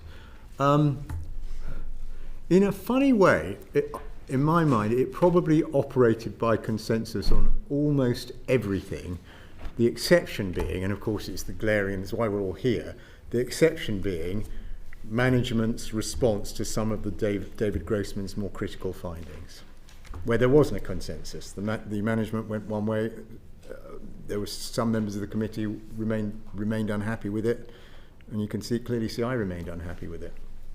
Thank you. Thanks, Faye. Sorry, just very, very quickly. So given that there was an investigation into the insurance piece, given that an action was taken, given that the BBC acknowledged there was an issue, I'm wondering how much is that systemic or just a cock-up, rather than conspiracy versus cock-up? Is it just a mistake was made, the BBC investigated, it was corrected, and then if it had, because action was taken, why did you feel the need to put it into your memo? Oh, because, right, so to me, sort of journalistic error might be I misspell someone's name or I get the date wrong, an error. And of course, by the way, errors occur. I really don't want to come across someone who thinks otherwise or is intolerant of the occasional human failure. But this report was way more than that, okay? So the BBC launched this service called Verify, clues in the name. It's supposed to be even better than your ordinary BBC. It'll check everything out, hard data. And to launch Verify, one of the things that happened was that this report was emblazoned across the BBC Breakfast, lunchtime news, 6 o'clock news, all the bulletins. This was a big deal at the BBC. We've got a shocking new exclusive for the world. And what went wrong cannot have been surely one person's error. How did they have this notion to study this idea that insurance companies would be charging ethnic minority people more? Who compiled the report? Who checked it? Who edited it? Which output editor said it was okay? Of all the people across the BBC who heard that report, was there no professional scepticism? Geez, we'd better have another look at that. This was multiple levels of failure. And that's why I put it in the memo. Caroline's just outlined that better training has been put in place for data analysis, because look, anyone can look at a spreadsheet and come up with an answer for anything. So she's outlined the actions that were taken off the back of that, a clear failure. Where that has happened, is that not the BBC behaving in the way it should behave? Yeah, thank you. It's a great question, because this is you zeroed right in on an area of potential continuing disagreement between me and the BBC. So you see, you probably get more of this from the chairman. So yeah, on that one they organised some retraining. They had a look into their use of statistics. To me, now, feel free to disagree with me. To me, just not enough. This was a horrendous and embarrassing error. One, by the way, that could have damaged community relations in this country. I mean, if you're a black teenager sitting at home all day listening to that stuff, how would it make you feel? And it was all untrue. So I think they should have had what you might call a full-on inquest. And I'm not clear they ever did. Okay. Can I just quickly talk to you about BBC Arabic? It comes in for some quite heavy criticism in your memo. We know the BBC Arabic, on average, are having to apologise for around about 2 articles a week at the moment. But in answer to our letter, the BBC, the chairman, said that they are determined to attempt to tackle the underlying problems identified by both the EGSC and Mr. Prescott. Are those steps sufficient, Michael? Well, it might be. It depends what he means by that, but I take him to be in good faith, and I'm delighted by that promise. I alluded in the memo to how, vis-a-vis BBC Arabic, I think I put a phrase in, there have been some changes of personnel, a measure in which the Director General seems to place great faith. Because, yet again, you see, my view is just switching out an editor or two is not enough. When you've got such shocking catalogue of seeming errors, there must be more going wrong than just the editor on that day wasn't quite up to the job. Yeah, thanks. So we've established that the two of you, it was advertised. The David Grossman role was internal. Well, I think you need to check. I think it was, but I'm really not sure about the Grossman one. Probably best to ask the It just seems, the memo was very reliant on that one individual. I think you said to Jeff you didn't entertain any other evidence. I mean, surely, isn't it sort of incumbent on you to take evidence from a range of different sources? So throughout your time, there was also the Gaza Doctors Under Attack documentary that a lot of staff were exercised about at the all-staff meeting. There were various other things that happened. The NUJ and BEC2 have written to us. There's 21,000 members of BBC staff. Right. Hundreds of them attend the all-staff meetings. Why was none of their evidence in your memo? Why is it just all slanted to one individual and one political point? Well, I suppose you can't boil the ocean, for one thing. And my memo was what it was presented as being, which was a summary of internal reports that had come before the Standards Committee and not been acted upon fully enough. Okay, I mean, I just wondered also what your relationship is with these gentlemen, with Robbie Gibb. The FT says that you're a friend of his. I don't know, maybe you can clear that up for us. And with David Grossman. So David Grossman, I only know through him being appointed this role and the Standards Committee. Robbie Gibb, I've known for a number of years. I first met him, I think, when I was working briefly for the political staff of the Daily Mirror, and he worked for BBC Westminster. So, yes, I do know Robbie Gibb, but you've got to appreciate 14, 15 years working as a political correspondent here. I think it's probably not an exaggeration to say I got to know hundreds of people on a cross-party basis. Even today, I've got dozens and dozens of friends from that period of my life, and I've got as many Labour Party friends, Lib Dem friends as Conservative friends. But yes, I do know Robbie. And would you call him a friend? Because there's all these rumours swirling around. Yes, I think that's a fair description, yeah. Okay, and would you be prepared to publish communications between the two of you in the sort of lead up to the appointment and since the memo? To the EGSC? To the committee, to us. Sorry, would you be prepared to publish what? Communications that you had in the run-up to getting the job, maybe to squash some rumours that are out there. When I and since the memo was published, which mysteriously found its way into the Telegraph, nobody quite knows how. Well, on the first of your things, the editor getting the job on the Standards Committee, that was openly advertised, and it was an open competitive process, so I'm not sure quite what it is. Yeah, no, the question was, would you publish communications that you had, emails? Well, that's quite a precedent you're asking me to set. What I'm happy to do is say to you that I've had, for example, I haven't seen, my last meeting of the Standards Committee was in June. I haven't seen him since then. I think I've had one conversation with him since then. That's it. Okay, that's good to know. Mr. Prescott, can you understand why somebody might find it suspicious that somebody who is described as a friend might have a role in that individual's appointment? Yeah, look, I think that's a fair enough question, but if that's a fair enough question, then will you submit the documentation that my... Well, like I said, it's quite a precedent to set, but let me answer your question directly. So I applied for the Standards Committee position as described. There was then, you had to put in written submission, written thing, and then there's an interview. The interview panel was 4 people, one of whom was from HR. Now, you feel free to criticise me. I just took the point of view, well, if BBC, BBC does do that sort of thing well, if BBC HR are involved, I thought it was fine. I'm not criticising you. I'm just suggesting that it's interesting that somebody you've described as a friend had a role in your appointment. You don't think that's unusual? Well, I suppose the thing is, if you operate in this country, in the sphere of politics, the media and so on, it's not that unusual to come across people you know. I mean, it happens all the time. So unusual, well, I don't know. Can I ask, Michael, if even a memo warning about issues of impartiality has issues with selective quoting and perceptions of bias, is there any hope that anyone can ever be an effective and trusted arbiter of impartiality? Well, the BBC gets as close as any organisation in the world ever has, and I think it is achievable so long as you're open, transparent, honest, and here, this is in a sense what this session's about, isn't it?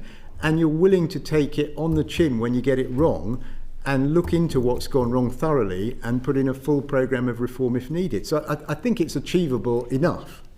And by the way, the BBC is the best positioned organisation in the world to do that, even with everything we're discussing. It might be. That brings us to an end. Can I thank you so much for appearing in front of us this afternoon and for all your time. Is there anything that either of you would like to conclude with before we end today?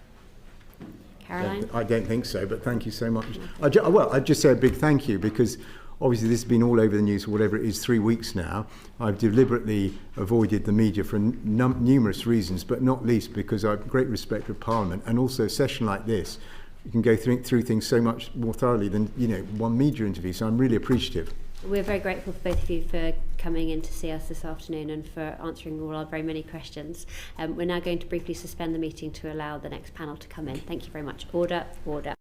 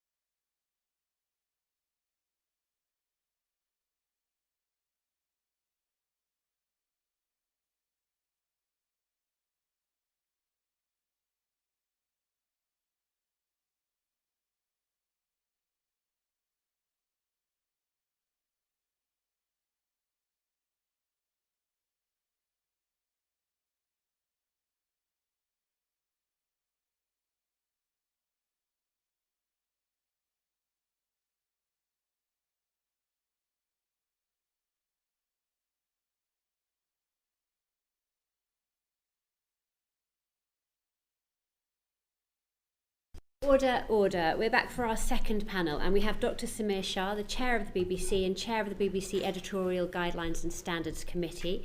We have Sir Robbie Gibb, the Non-Executive Director of the BBC and member of the BBC Editorial Guidelines and Standards Committee, and Caroline Thomson, a Non-Executive Director of the BBC and also member of the BBC Editorial Guidelines and Standards Committee. Thank you to all of us for appearing before us today.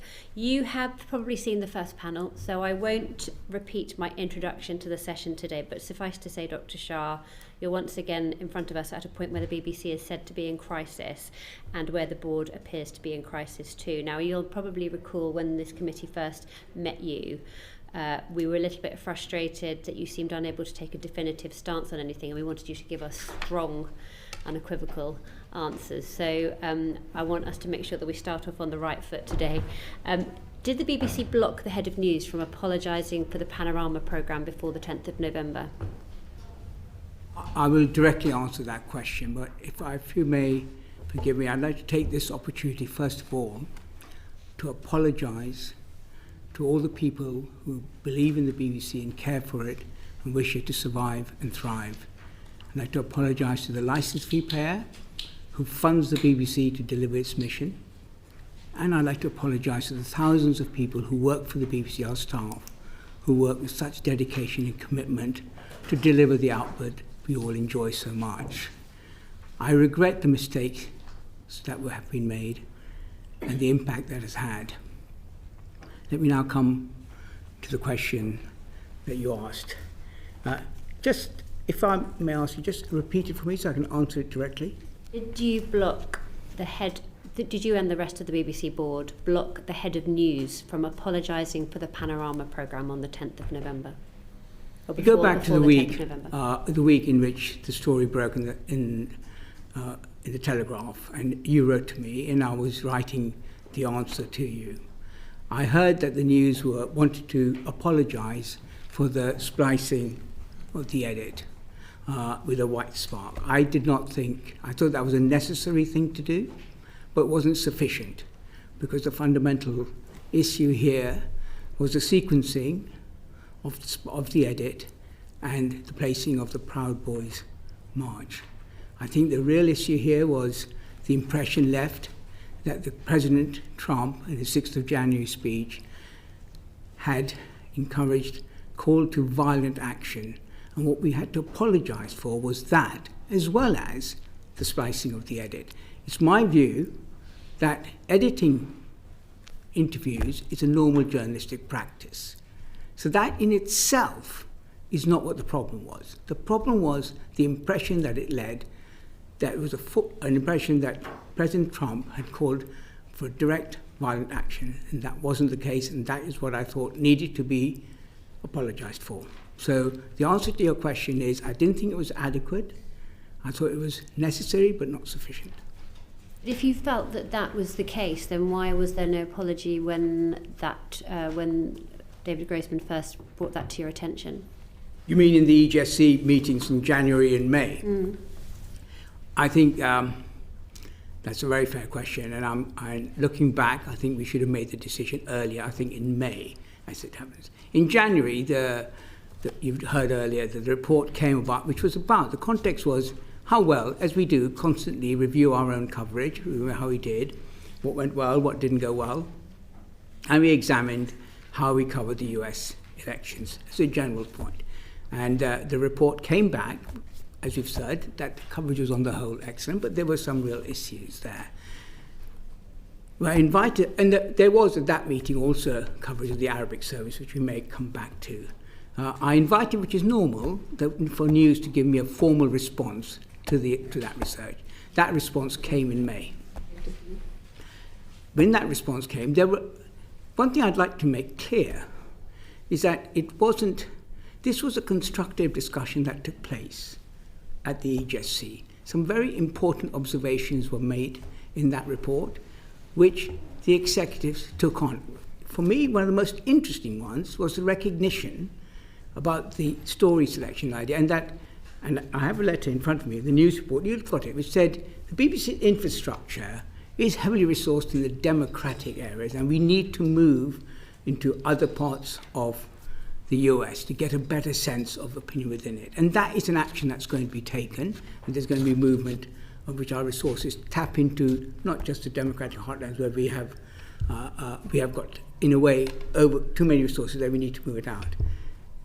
I give that example simply to tell you all that this wasn't a discussion where you had a defensive news response to some very serious issues.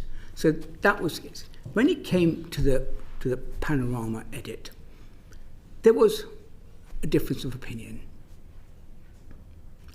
across the board. And looking back, I think it would have been better for us to pursue it then. I completely accept that.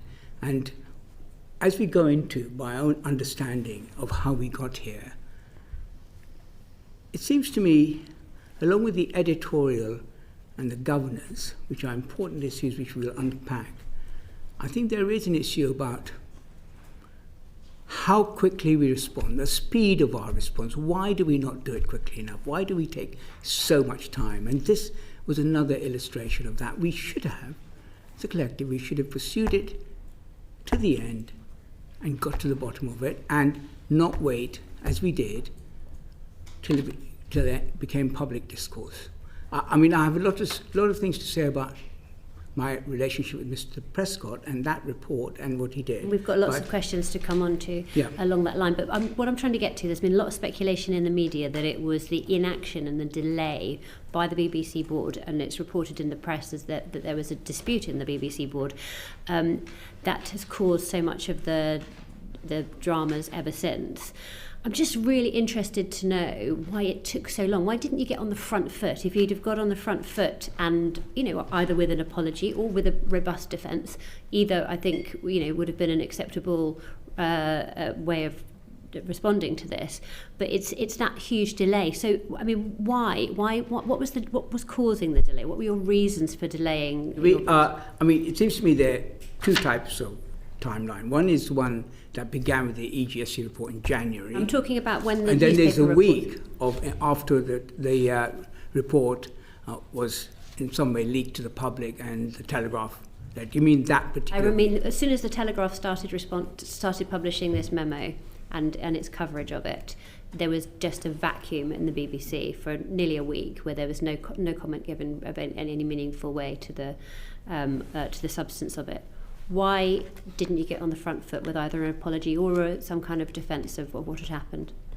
But precisely for the question you've just raised, I needed to understand what went wrong and to get the right answer. Getting the right answer was really important. You knew what went wrong because you'd already had the Grossman report into this and your own...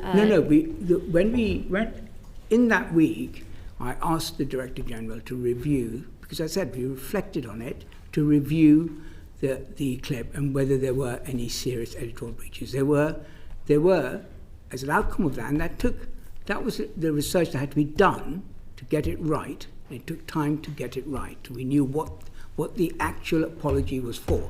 I said it wasn't just about the splicing, the editing, it was about the impression, and that had to be done properly and investigated thoroughly. As well as that, I was writing a response to you from the board. I have 13 board members, and I needed to make sure that they were aware about what I was writing, and I had their support. I admit, that did take time, and of course it will always be better to be able to get out quickly, but it's as important for me to get it right and to get it supported by the board. If the BBC had responded quicker, do you think that the resignations might not have happened? That's a hypothetical I can't answer. All I will say is that I think the resignation of the CEO of News was a very honourable act. I think it was right of her to take responsibility for an error in her division. As she herself said, the buck stops with me. And I said, in public life, it's rare to find people who accept that something went wrong in their own division and accept responsibility and take responsibility, and I applaud her for that. Your culture and media editor, Katie Razzle, reported that Deborah Turnus became more and more angry and frustrated as the week went on because she was prevented by the board from putting out that apology. Was that in some way to blame for the fact that she then resigned from her post? You would have to ask her. I've already repeated, I thought the apology that was on the table was necessary but not sufficient. Did you try and stop her from resigning? I spoke to Director General about it. The resignation or otherwise of the head of news is a matter for the Director General, not for the board or for the chair. My job is to test and challenge the Director General. It's an operational editorial matter, who he hires and who he doesn't hire underneath him. And the Director General resigned as well. Did you try and stop him from resigning? I did indeed, and I spent a great deal of time. I do not think the Director General should have resigned. I think that the act by the Director of News was an honourable and proper act. I think she took responsibility, for which I will again say I applaud her for doing so. I do not think that meant that the Director General had also had to resign. However, when you read the Director General's reason for resigning, certainly this was one factor, but he also says there were many other factors that led to that. I wish, and can I say the board wishes, that the Director General had not resigned. He had our full confidence throughout. Sure. Yes, Cam. An organisation as large as the BBC, I would imagine it should have occurred to you that you could have put out an initial statement while you were still trying to get to grips with the gravity of what had happened prior to a full apology. Did you receive pressure from anybody else on that board to delay such an apology? Absolutely not. What I would say, we did put out a full statement, which was, I think looking back, rather vanilla in its statement, as corporate BBC tends to do. And we did do it to hold, because I needed to put out a fuller statement, but I needed to be sure and I was right about what I was saying. This was a very, very important error, and I needed to make sure that what I was apologising for was fully sourced and fully right. It needed to be right, and it took its time. The resignation of the Director General is quite a big deal, is it not? When you tried to dissuade Tim Davie from his resignation, how did that conversation go? I don't think it is right for me to discuss private conversations with me and the Director General. Well, it might be if the BBC is at stake. Well, I think confidential statements, conversations need to remain confidential. But let me answer your question. I know Tim, and I've got to know Tim very well over the last 18 months. He's an outstanding Director General. He is extraordinarily good. His energy, his dedication, his commitment to the BBC cannot be gainsaid. His commitment was broken. Well, as you know in his statement, he felt responsible as Editor-in-Chief for the error. My view was the responsibility was taken by the Chief of News, and that was proportionate. Thanks, Chair. Can I just quickly take you back to the response to the committee's letter, November the 4th? You apologised on behalf of the BBC for the way that the Trump speech on the 6th of January were edited. Your words were, the BBC does accept the way that the speech was edited did give the impression of a direct call for violent action. The BBC would like to apologise for that error of judgment. Dr. Shah, I've had a look at the BBC editorial guidelines, section 3.4.25 of the BBC's editorial policy. That says, for news, factual and some factual entertainment content, unless clearly signalled to the audience or other reconstructions, content makers should not normally intercut shots and sequences if the resulting juxtaposition of material leads to a materially misleading impression of events. It seems quite clear to me that the way that both the Newsnight and Panorama edited this clip broke those BBC editorial guidelines. So what I'm just trying to get to grips with is why it took a year to apologise for this failing, despite the EGSC, which you chair, having concerns about this programme on 3 separate occasions, and why no action was taken despite the fact that there was a clear evidence of a breach of editorial guidelines. As I said, in the January meeting, that report came out. I then invited the news division to give me a formal response to it. That response took place in May, and we discussed it then, and there was a different set of opinions around it. There was a plausible case that this edit, because the point of the programme was to deliver to the British audience because it was about the supporters for President Trump and what they were learning. So there was a case for, as it were, the edit. This was discussed and debated, and there was a difference of opinion. I've already said we should have pursued it further at that time. And by pursuing it further, we should have investigated it in detail with the people responsible in the BBC to do that. You must remember, that is an operational matter and not a matter for, in governance terms, for the non-execs. But it is a matter which we could have pursued harder, is what I would say, and we should have done. Had we done so, then what you've just read out would have come out, and there would have been a formal response that this did breach that, and we would have then taken on. What was the tipping point that prompted your apology? Was it the 500 letters of complaint to the BBC? Was it the resignation of the Director General? Was it the memo? No, straight away. Wait a second. Yes. Or was it the threat of legal action from the President of the United States? I'm sorry, say that again. The last one? The threat of legal action from the President of the United States. What was the sort of tipping point in suddenly deciding that apology was forthcoming? The memo, the Director General going, the letters of complaint, or the threat of legal action from the President? As I wrote to you, when the memo entered public discourse, there were a lot of complaints about it. And we decided at that moment to reflect and review the decision.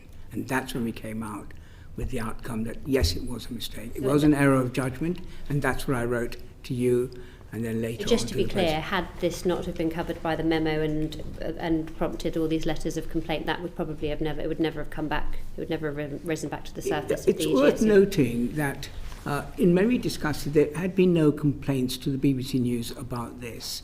So there was no. If that had happened, we could have looked at it. As I said, again, there was a discussion at the board about this. And there was a debate, and because there had been no formal complaints, we let it rest.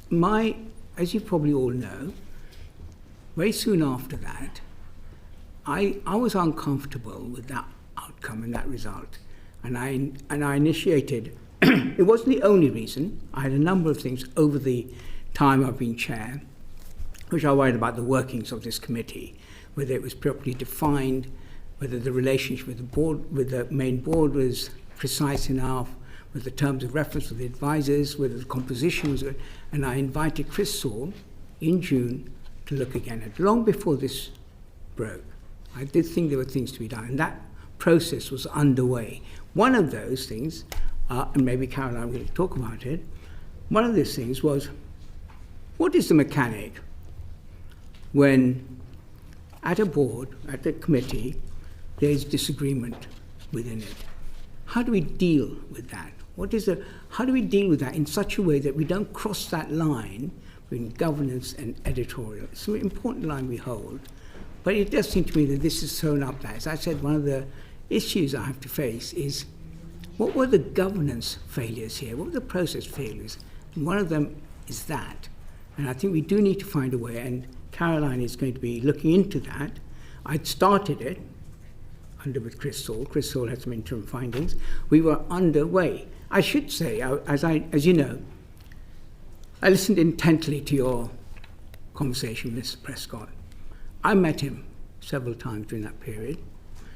I invited him to talk to Chris Saul, and they met to discuss it.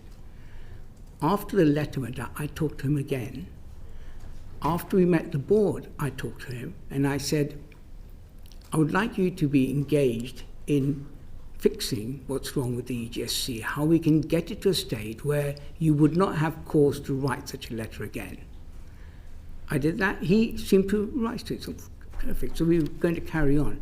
Don't think this committee should think I ignored Mr. Prescott. I did not. I think he raised some important questions we need to answer. I've already said I don't think it was a rounded picture of what actually happened in the EGSC, and I think you've heard from your other witness that, in fact, the executive took many actions, detailed actions. So it wasn't just a case of a report coming out and a defensive reaction. That just is not an accurate account of what happened.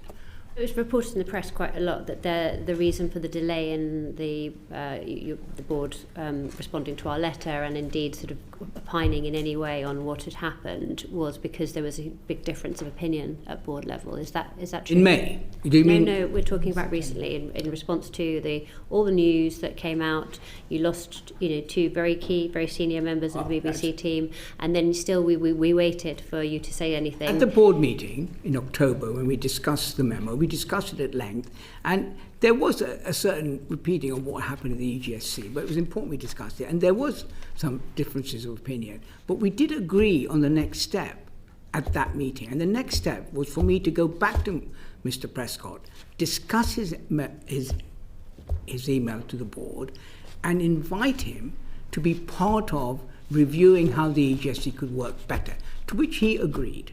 And then, as we know, a few days later, it was all over the papers. Memo hit the papers, but that's not what I asked you. What I asked you is, there was this big delay between the newspapers covering this story and the board coming out with either a statement or a response to the letter that we wrote.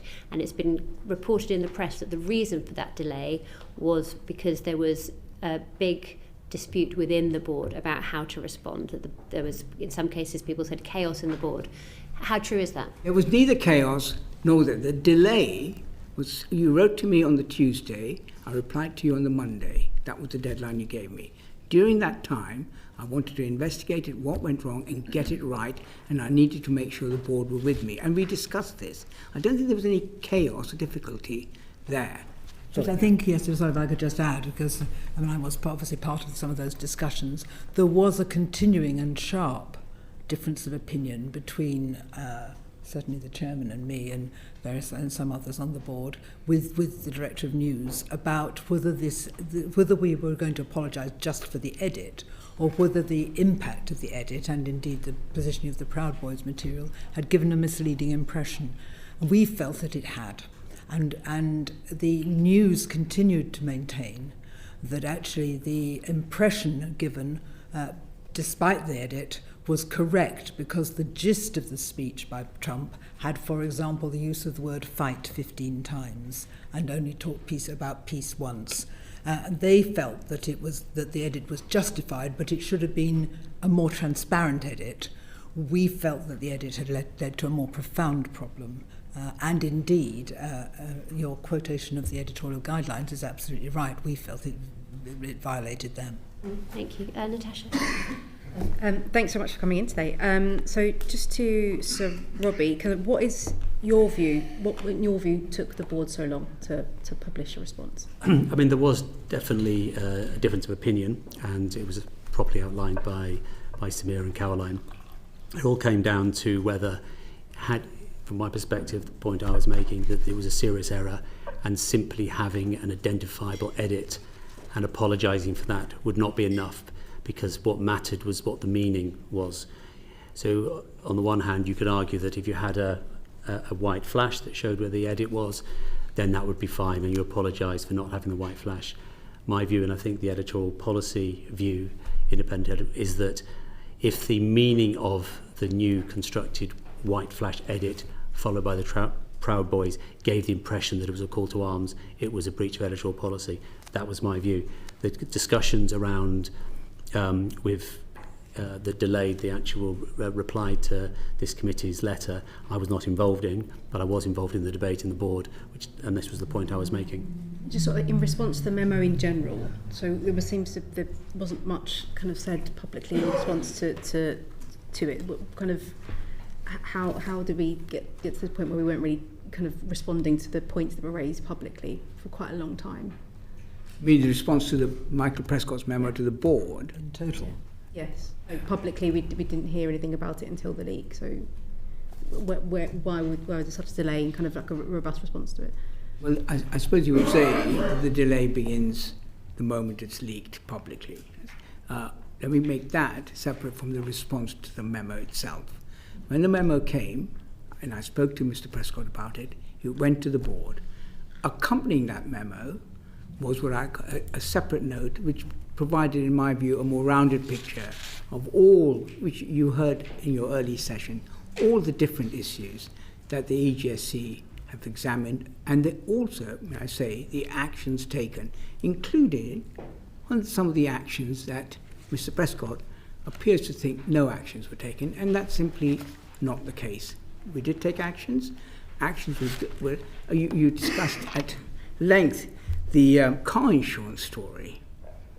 I find it interesting that was one that Mr. Press picked up.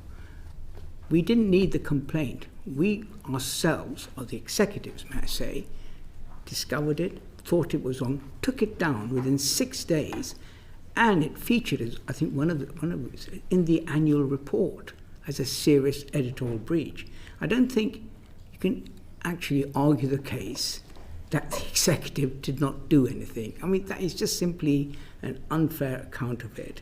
I think on many of the areas that he spoke in this letter, which, as you've all heard, was a partial account of what was actually done, all the various really important discussions we had in our thematic reviews about economy, about tax and spend, and about immigration and migration. Again, it's not the case that nobody in the BBC knows about this. Andrew Dilnott, who wrote the text, spent a long time after the report going around the newsroom explaining it. Madeleine Sumption did so. We are committed to learning the lessons. I mean, I was partly involved at the beginning on the migration one, so I know a bit about it. I know all the people I spoke to.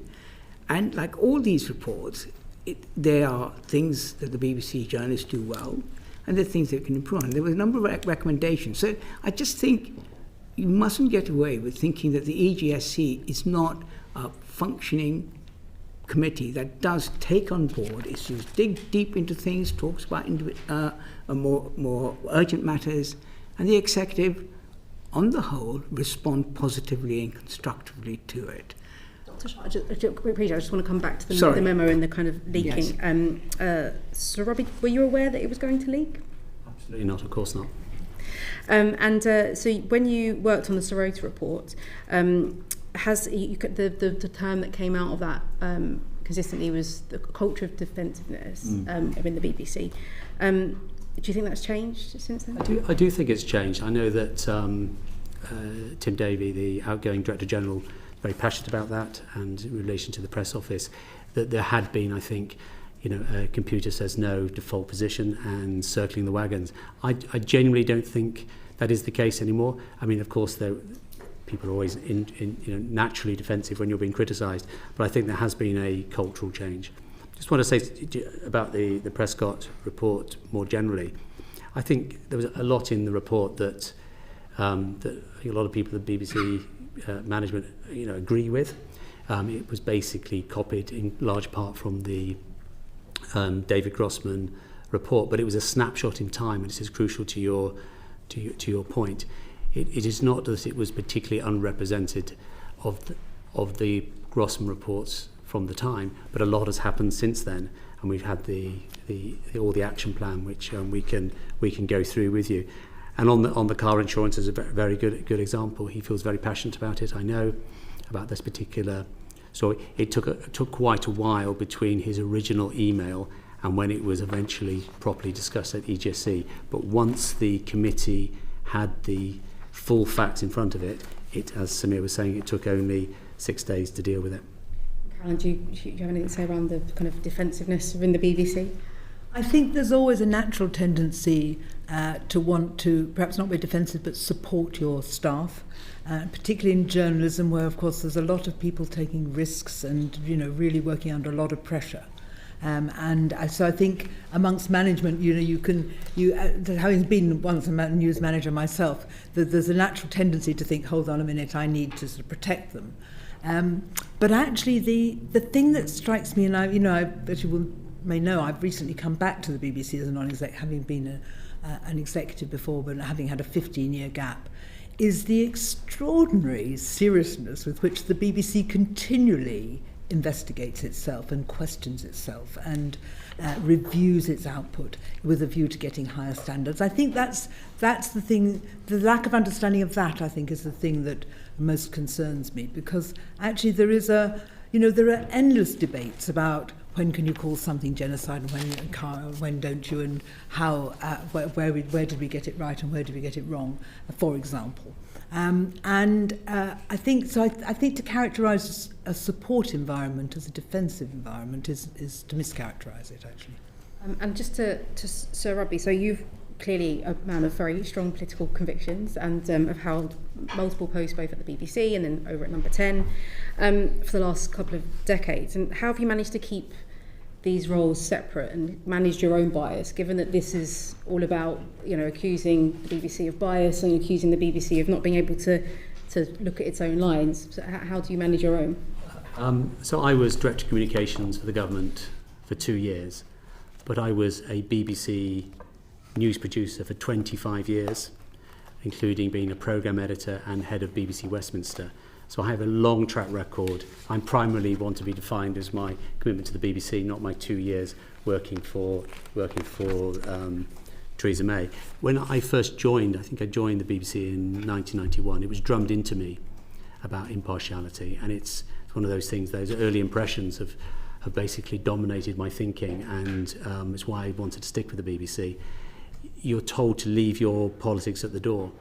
And impartiality isn't just a sort of a moral obligation, it's also a legal obligation. I'll tell you one thing that's really, really important. If you want to find the people that are most critical of journalism when it becomes biased or inaccurate, it's other BBC journalists, because their reputations are damaged by it.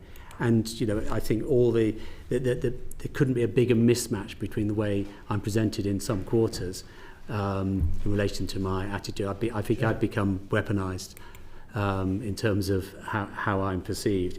Everyone who know me, I'm hugely impartial. I have friends across the political divide. I have impartiality through my bones, and I've always been a big campaigner. I appreciate, but there is a question of sort of perception. Is it so? How do you manage perception? You said it's been weaponised, but I suppose it's difficult for people to separate those things. Sure. One of the problems of being a non-exec member of the board is it's very, very hard to speak for yourself. You get calls from the journalists asking for a response, and you just don't want to engage. And that's one of the reasons I'm absolutely delighted to come here and give an opportunity to set out my case, where hopefully I can demonstrate that not the perception is actually wrong. Will you move on? Carry on. At the end of yours, whenever. I've got a couple of. Cam, do you want to come in? If that's all right. Yeah. Thanks, Chair. So, Robbie, you talk about leaving your bias at the door. Shortly after you took over at the Jewish Chronicle, a second-generation columnist, Jonathan Friedman, resigned, stating that too often the Jewish Chronicle reads like a partisan ideological instrument, its judgments political rather than journalistic. How does that tally with your statement about leaving politics at the door? Well, I think you got your timeline wrong. That particular statement happened after I had left. I left any involvement in the Jewish Chronicle in August 2024. A number of points I'd like to set out here is, firstly, I had no editorial role whatsoever on the Jewish Chronicle. It had no bearing whatsoever in my work with the BBC. My relationship with the Jewish Chronicle was fully declared. And Chair, if I had the opportunity to explain why I ended up being a non-Jewish person chairing or being a director of the Jewish Chronicle. The Jewish Chronicle is the oldest Jewish newspaper in the world, 200 years old. It was about to go under through liquidation. I was approached to join a consortium by an elderly Jewish fund person. Remember his name? Well, adventures, I will come to that. Philanthropist, and that's not his name. That's obviously his role. And it was his involvement and his funding of the Jewish Chronicle was conditioned on him not becoming a public person, because you can see more recently, but even then, the amount of the safety issues were very, very high indeed. So the original plan was for me to be director for like 2 weeks after we won. It ended up being a lot longer than that because there was complications in how charity law had changed. So I was doing a favour. I didn't get paid. Had no particular reason to be involved other than I was asked to do so. I had no involvement editorially whatsoever, and it's now for unfortunate reasons I ended up owning it or being director of it for much longer than I'd anticipated. What was your role in the establishment of GB News? After leaving Number 10 and before I joined the board, I was approached to help with a fundraise, and I helped with the fundraise, presenting what I thought my vision of GB News, which is somewhat different to the way it's turned out. But I never worked for GB News once it became a news channel. Thank you. Ruby, did you want to come in? Thanks. Yeah, just off the back of the questions Natasha was asking. Good to meet the three of you. I think, Caroline, it's the first time. Samir, I remember meeting at a party when you were at Juniper, and Robbie, I used to have your number. You used to phone me up for Daily Politics. I know, we're not as close as we used to be. How sad. I'm very disappointed by that. But Daily Politics was commissioned by Juniper, I think, was it? So I think no. you guys, the Sunday program Politics, you're confusing is when I was Sunday running Politics, Juniper, I made a program Politics. for this week with Andrew Neil, Michael Patillo, the and Sunday Diane version. Abbott. That's And right. So you two probably knew each other way back. Robbie Gibb was the commissioning editor of at the BBC, the political programme, I remember, yes. And we all miss your brother. He was a very good schools minister, very responsive. Whenever we had school issues, we'd be up there at the department. I think I could definitely agree with you. You are? No. Look, my question. So, Robbie, congratulations on your knighthood. I think that's since we last spoke as well. So, congratulations on that. I guess prior to you taking up the role, your views on the BBC were quite out there in different newspaper articles you wrote. So there's the one from August 2020 in the Telegraph, I think, where you talk about how the BBC needs to get its ship in order. It says that BBC journalists are letting their preferences show.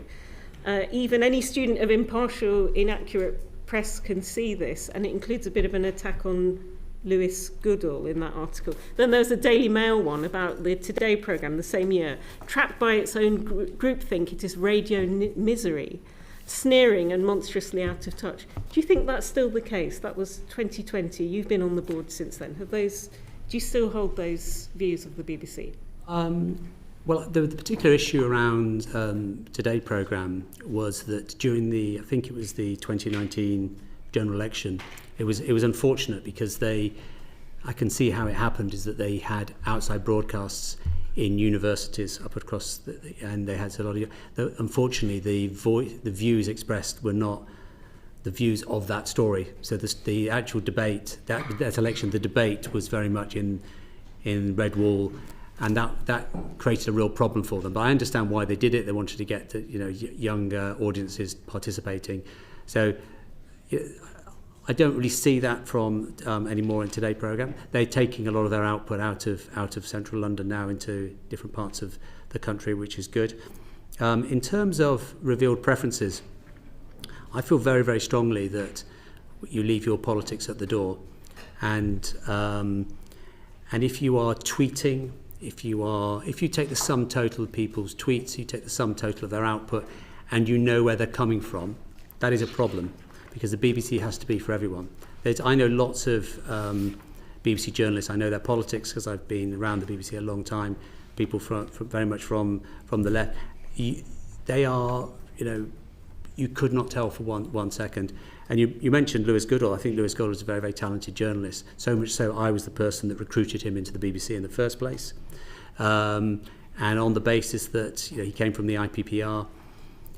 He was a talented guy, and I wanted to bring people with a diversity of opinion into the BBC. My issues, I'm not particularly focusing on him, is that where people, and that's what I was writing about at the time before I joined the board, where journalists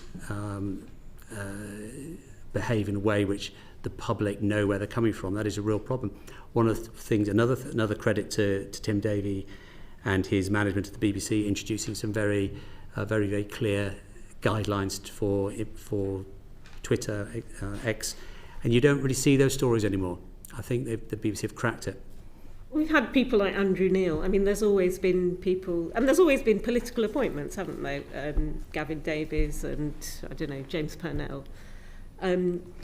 Lewis Goodall is still doing podcasts saying that you made his life hell. Why are people saying this? Why is Emily Maitlis writing an article that an active Tory party agent is shaping BBC News output? That's cuddly old you. Why I think are people it mentions saying my name in things? that article, but look, I mean, I don't know why people write that. It's not for me to say, but perception is important, but not as important as reality. And is it true that, I don't know, we hear there is a culture of fear. We hear there was the all-staff meeting last week. Many people felt very dismissed. Their questions were completely cut. And I think, Samir Shah, you said it was disrespectful of them to raise such issues. I didn't say it was disrespectful of them. I was doing an all-staff meeting. I know that was dead. What I was trying to say is that, and we talked about...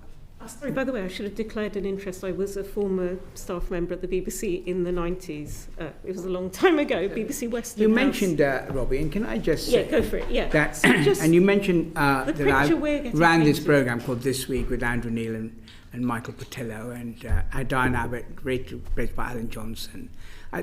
Every week I spoke to Robbie. He was the head of that department. And not one week did he ever play any politics. If anything... Because of Andrew's and Michael's position, he was very keen that the other side, or the Lib Dems, also featured on the sofa.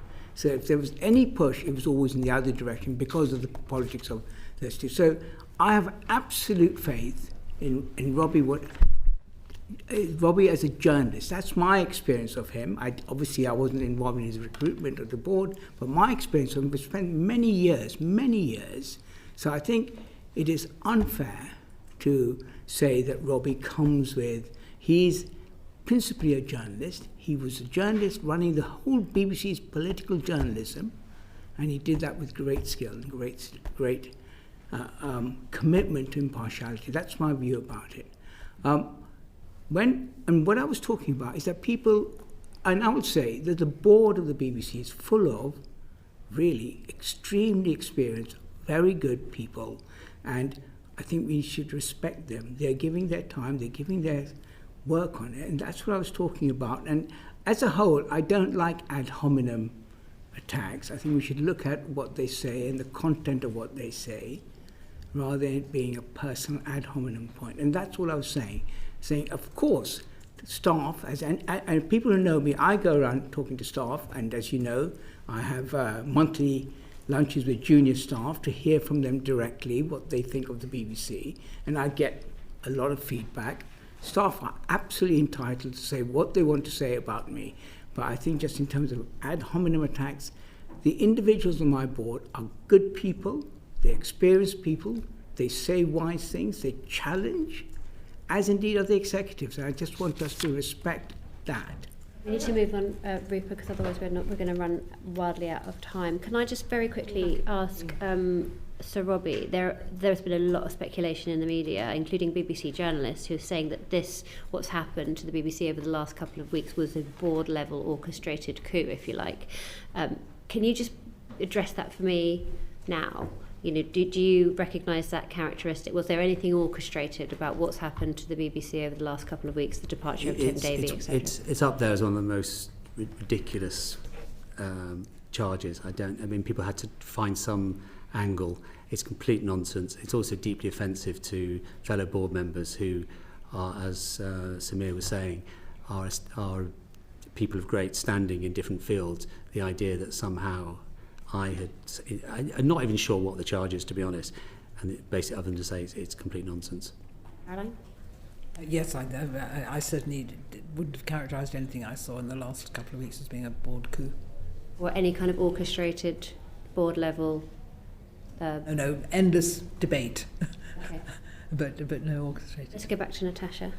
Sorry, can I just clarify something? Because you said that you weren't involved with, obviously, Robbie coming onto the board, but were you involved in helping, also not helping, but what was your role in Dr. Shah becoming chair? Was there any... Nothing. Okay, just clarifying for me to know. The chair is a public appointment. Yeah, but I was just wondering, was there any conversations? Were your views canvassed in any way? Were you asked your opinion on that? When I applied for it, as I obviously know many people in the BBC, I've worked for it, I've been involved in it, and I did canvass, including Robbie and many others, whether they thought it was a good idea I applied for the job or not. I have to say, many thought it was, and I remember one, and I won't quote who it is, he said to me, he's a very senior BBC executive, he said, you know, it's one of those jobs, if you don't get it, you might be rather pleased. You're feeling that way now. Well, you know, I know what he meant. I was just wondering, just for like process sort of understanding that. So over the weekend we had some reports of a resignation from the board. So Dr. Shah, why did Mr. Banerjee resign from the board? I'm very pleased you asked me that question. So let me explain to you Sumit Banerjee's role in the board. He is one of our non-executive directors. He's a formidable man with a formidable intellect, and he's contributed enormously in the 4 years he's been on the board. He comes from I believe, a management consultancy, an internationalist commercial view. When its time came up for renewal, which he will be leaving the board in 4 weeks' time, I had a discussion with him in the summer saying that the skills I was looking for over the next few years, especially over charter and funding, were a different set of skills than the ones he possessed, and we would come to an agreement that after 4 years he has contributed extremely well to the BBC debate, but I'll be looking for someone else. Right now, that process of recruiting a new non-executive is underway, and I looked last week at the shortlist, which is a remarkably good, strong shortlist. Caroline is part of it, because she's part of the nominations committee, which I chair, which will recruit this, and I was very heartened by this. So I was... and Sumit was going to leave. Then the letter came, private letter. The one thing I would say is that what has been picked up is that he was not consulted at that weekend when the resignations of our two most senior people, and there was a discussion. I look back because my memory was that he was. And I can tell the select committee that at 12:47 on that Sunday, I had a 26-minute call with Mr. Banerjee. So that was the weekend in which these things were discussed. I was responding to a request from Tim Davey because this was a very difficult moment. I said, it's not a matter for a formal call for the board to discuss whether one of his executives should or should not be there. That's not matter. However, as a good chair, and because of the seriousness of which the events of that weekend, which led, and may I say, to the resignation of two very senior people, this is a very big event. So you would expect me to discuss with Neds, and I did, all of Neds over that Saturday and Sunday, to hear what they had to say. Included in that discussion was, as I said, a 26-minute call to Mr. Banerjee. I know precisely because of the miracles of smartphone technology, I can scroll back and see it. So I'm both disappointed and surprised at what he had to say. He has a few weeks to run, and all I can say is I'm disappointed by that. So I suppose if he's only got a few weeks to go to sort of leave now, feels like it's a bit of a statement in itself, the timing of it. So I was just wondering, it's been reported that he's described it as being governance issues at the top of the BBC as one of the reasons that he's decided to leave. Was there any more detail around that? He said it was a private letter to the board, so I will keep that privacy, but it was leaked in some way because one word came out, and I would simply say he was consulted. Would we, as a committee, be able to see that letter privately, maybe? Can I take away that question? I mean, obviously, I want to be as open and as frank with all of you, but it is a private letter, and let me reflect on that and decide how to deal with it. There was reports today, I believe, in the Eye about a second board member who was on the verge of quitting, and there's also been reports of the role of the EGSC expanding and the creation of a new deputy general role. Dr. Shah, is this not sort of a bit of an admission that perhaps your leadership in this needs to be looked at as well, in terms of whether or not you're able to get a grip of what's happening on that board and if it's all working the way it should do? You asked a number of questions there. I think on the business of the EGSC and how that should change, I've asked Caroline to do that, and maybe she can speak to the action she's taking and and the answers that she will come up with for the board meeting in December. On your last point, no, I don't think that's right. I think right now my job is to steer the ship out of the shop into an even keel and make sure, and the most important job I have right now is to recruit a Director General. It is far and away the most important thing I need to do. Would it help I'm Senior Independent Director, so one of my jobs obviously is to liaise with the other non-exec directors, and I should tell you that Samir has the unanimous support of the board. And that was established at the beginning of what you might call the current crisis, so about a week ago, and was repeated on Friday night. We are very lucky to have him as chairman. And okay. But there are issues here, aren't there? We're looking now at changing how this all works, and it's taken quite some time to get there. So that's why I asked the question. Of course, it's completely reasonable. Sorry, completely right question to ask. Sorry, but and then to wrap up before I think one of my colleagues kind of jump in. So where do we go from here then? What's the next steps for the board? Well, we are united on the steps that need to be taken. I think let me put them in 3 categories. The first is we need to examine the editorial failures and take actions, and part of that is to do with examining. We already know one outcome of that, which I think is very serious, and that's the resignation of our head of news, which I think is, as I repeated, was an important, the right thing to do. She took responsibility. On the governance issue, at the heart of which is the EGSC, Caroline will be coming back to the board with answers. And specifically on the memo that Mr. Prescott wrote, Peter Johnson, one of our head of complaints, will be looking in detail with every single point, asking whether the actions we have taken or actions the management have taken are good enough, and are there more actions to be needed. So that will all come back over the next day. At the same time, I have with my nominations committee and the board, secure a new Director General. Can I just ask you a very quick question, Dr. Shah? You suggested, in answer to questions to Natasha, that letter from Dr. Banerjee may have leaked, and also we know that the memo leaked. You've got a bit of a problem with leaks in the BBC at the moment. Do you know how did the letter, but also more specifically the memo, how did that find its way to the Telegraph? Have you managed to get to the bottom of that? I have instituted a leak inquiry. We are a journalistic operation, and it doesn't surprise me that we leak, but these were 2 very serious leaks. So both, as you heard from Mr. Prescott, he had no intention for it to go out. I don't believe that Mr. Banerjee, in his note, also did not expect to make the news, if I quote him properly. But I do think we should have a leak inquiry, and I've initiated that. Caroline Thomson, are you a faithful or a traitor? I was just, there was a wry smile from me, because actually at one level you could say this is a test of what very good journalists we employ, that they manage to get the stories. Let's move on to Liz, please. Thank you, Chair. If I can ask Sir Robbie, do you agree with Deborah Turness's statement that recent allegations that the BBC is institutionally biased are wrong? I do agree with her, yes. And if I could expand, if that's okay.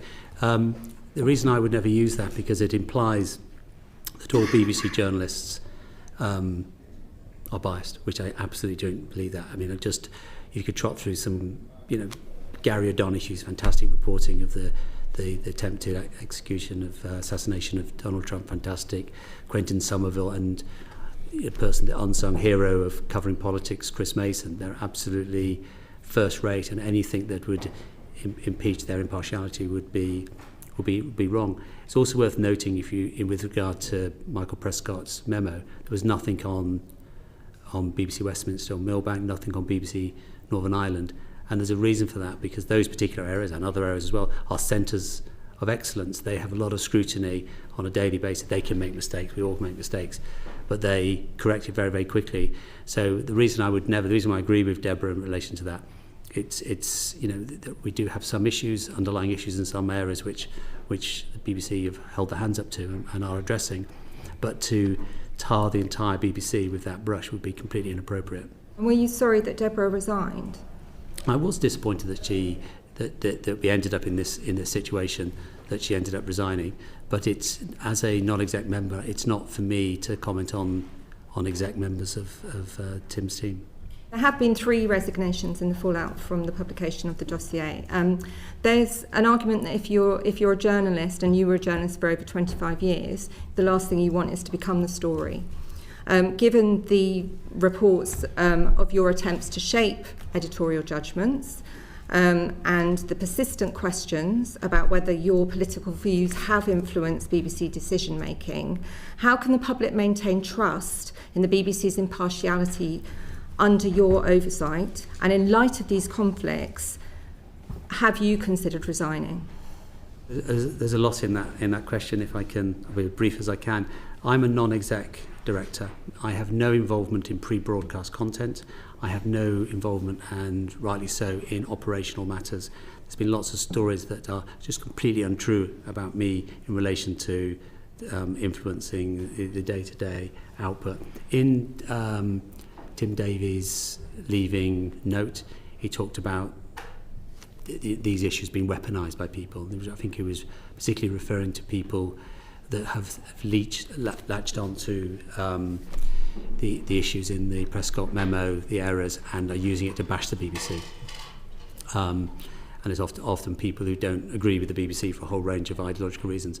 It's also been politicised in the other way, as a way to have a pop at me. There's something illegitimate, making my role as if I'm not legitimate. Actually, the most people, his response to the memo, who are critical, want the BBC to do better. And I think, so yes, I think it has been weaponised, and I've been a victim of that weaponisation. But broadly speaking, I think most people want the BBC to do well, and parking those two particular extremes. So in answer to your question, no, I don't see, I've not done anything wrong. I'm a passionate defender of the BBC. I'm a passionate defender of its values, the licence fee. I was involved in a minor way in helping James Purnell in the last charter renewal. So everything I've done throughout my entire time at the BBC has been to help and to promote the BBC. You have no intention of resigning? Correct. Dr. Shah, as we just heard, Tim Davies said of the BBC, we should champion it, not weaponise it. Do you feel like the BBC is being weaponised? So I've been involved in the BBC for many decades. I used to work for the BBC when I ran the Current Affairs Department, and then I was on the board, and then I made programmes for it. It is, whenever the BBC makes a mistake, and I think you asked the question, I don't think it's enough to say 99% of the time we get it right. I think when we make a mistake, it's an important thing. We need to identify the problem and take the correct actions. It's not enough to say, well, everything else is great. It's important we hold ourselves to high standards. But when we do make a mistake, what tends to happen, has happened over the years, is that people who want to have a go at the BBC use it to have a go at the BBC. And I said at the beginning here, I apologise for the people who care deeply for the BBC and want it to survive and thrive. And most people do. I do think that when these situations rise, there is a kind of firestorm around it, and people use it as a way of criticising the BBC for the mistake they made. We've always made mistakes, and when we do, the right thing to do is to own up to it, fix it, and to your point, act quickly. I think one of the things I'm going to learn from these 3 weeks is we do need to find out and examine why does it take so long. I don't think there's any malice here in taking long, and I don't think it is about a sclerotic organisation. But we do need to understand why it takes so long and try and fix that as well. It's important we do, because the longer it takes, the more it becomes a political football to be kicked around with. So it is, to me, one of the lessons there. Editorial, their governance, and then there's this issue of speed of response. It's an important thing. It matters that we are just quicker and get on the front foot. Thanks, Liz. Dr. Shah, Your colleague, Sir Robbie, is coming for quite a lot of stick in the media, as you're probably aware, for somehow wielding his right-wing bias to influence the board, albeit, I mean, looking at the recent YouGov figures, it shows that 31% of people think the BBC is biased in favour of left-wing views, compared to 19% who think it's biased. 31% in favour of left-wing views? Yes, 31% say it's biased in favour of left-wing views, 19% in favour of right-wing views, and the number that think it's in favour of left-wing views is actually going up. So if he is wielding his right-wing bias, he's not doing it very well. But leave that to one side. What's your view? Is Sir Robbie overly politically biased in his discussions with the board? No, he's not. And my account of my dealings with Robbie when he was my commissioner, he's interested in impartiality and accuracy. And I do think that when he brings to the table, and he feels very strongly about it, the stories, the issues he raises, look at the substance of it. The substance of it is about being accurate and fair. Not often discussed, and maybe Sir Robbie will talk about it himself. There was an issue about a rail strike where, Robbie, why don't you explain that?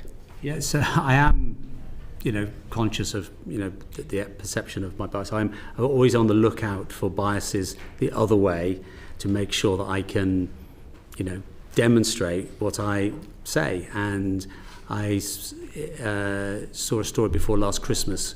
It was a train strike, and the whole story, it was a regional journalist. It was the whole notion of the train strike was how inconvenient it was to passengers, and it was very, very dismissive, verging on the critical of the union striking. And so I spotted this. It clearly, from my perspective, lacked the union voice, either in tracking or in clip. I raised it, sent it to the head of BBC England and copied in EGSC, and it was agreed that was the case, and the journalist was spoken to, and he totally agreed, and that was good. One of the sorry. No. Are you responsible then in that case for the fact that YouGov found that 31% of people feel that the BBC is biased in favour of left-wing views? So, look, I mean, this is the thing. I know it's hard to marry the fact that I spent 2 years as a Director of Communications for the government, not the Conservative, the government, and my genuine passion for impartiality. I want to hear the full range of views. I mentioned the recruiting of Lewis Goodall. I don't want the BBC to be partisan or favour any particular way.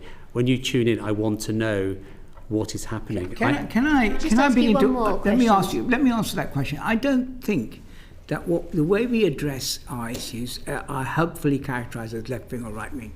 We examine things. Say, for example, which was not mentioned, we cover business coverage or the migration report, and there are issues we find that we're strong in some cases and we need to get better in others.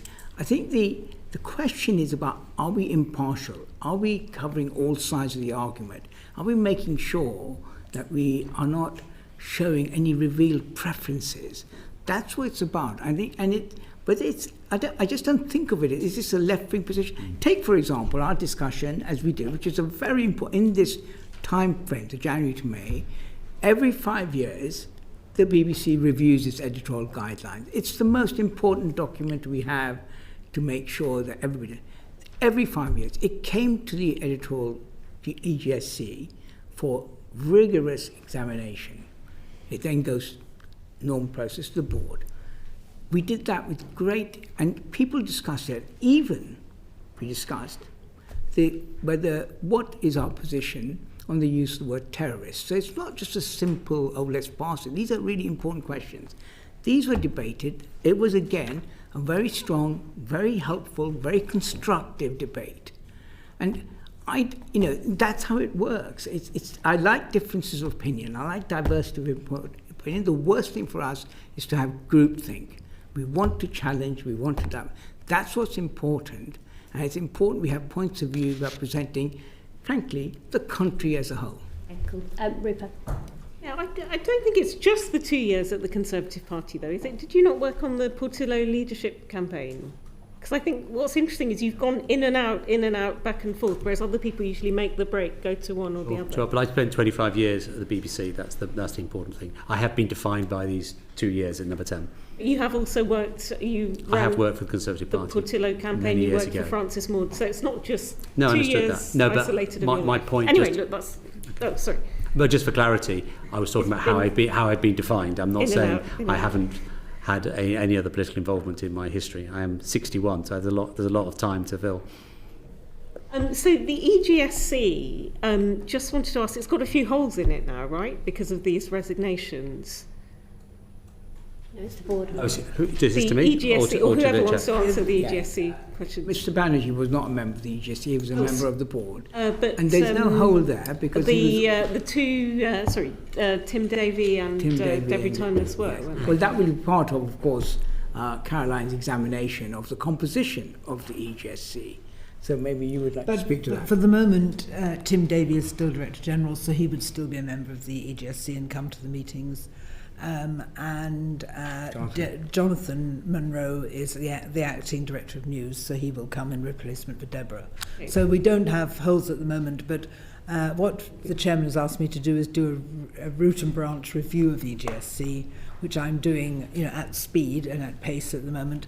And one of the things we will look at is the membership. It does seem a very small number of people to be arbiter of editorial standards, and including someone who is known for their conservative past and being a bit partisan. I just wondered, I've seen the minutes of the 6th of March 2025, and there's actually an agenda item. Actually, it deals with the BBC Arabic issue, so I do agree with what was said by you, Samir Shah, in your letter, that some of the things in the Prescott memo were dealt with, so I don't know why they're in there still making hay, including BBC Arabic. However, plan for reform voters. And for reform voters. So there's a whole item in there about how there needs to be trust built with the reform electorate.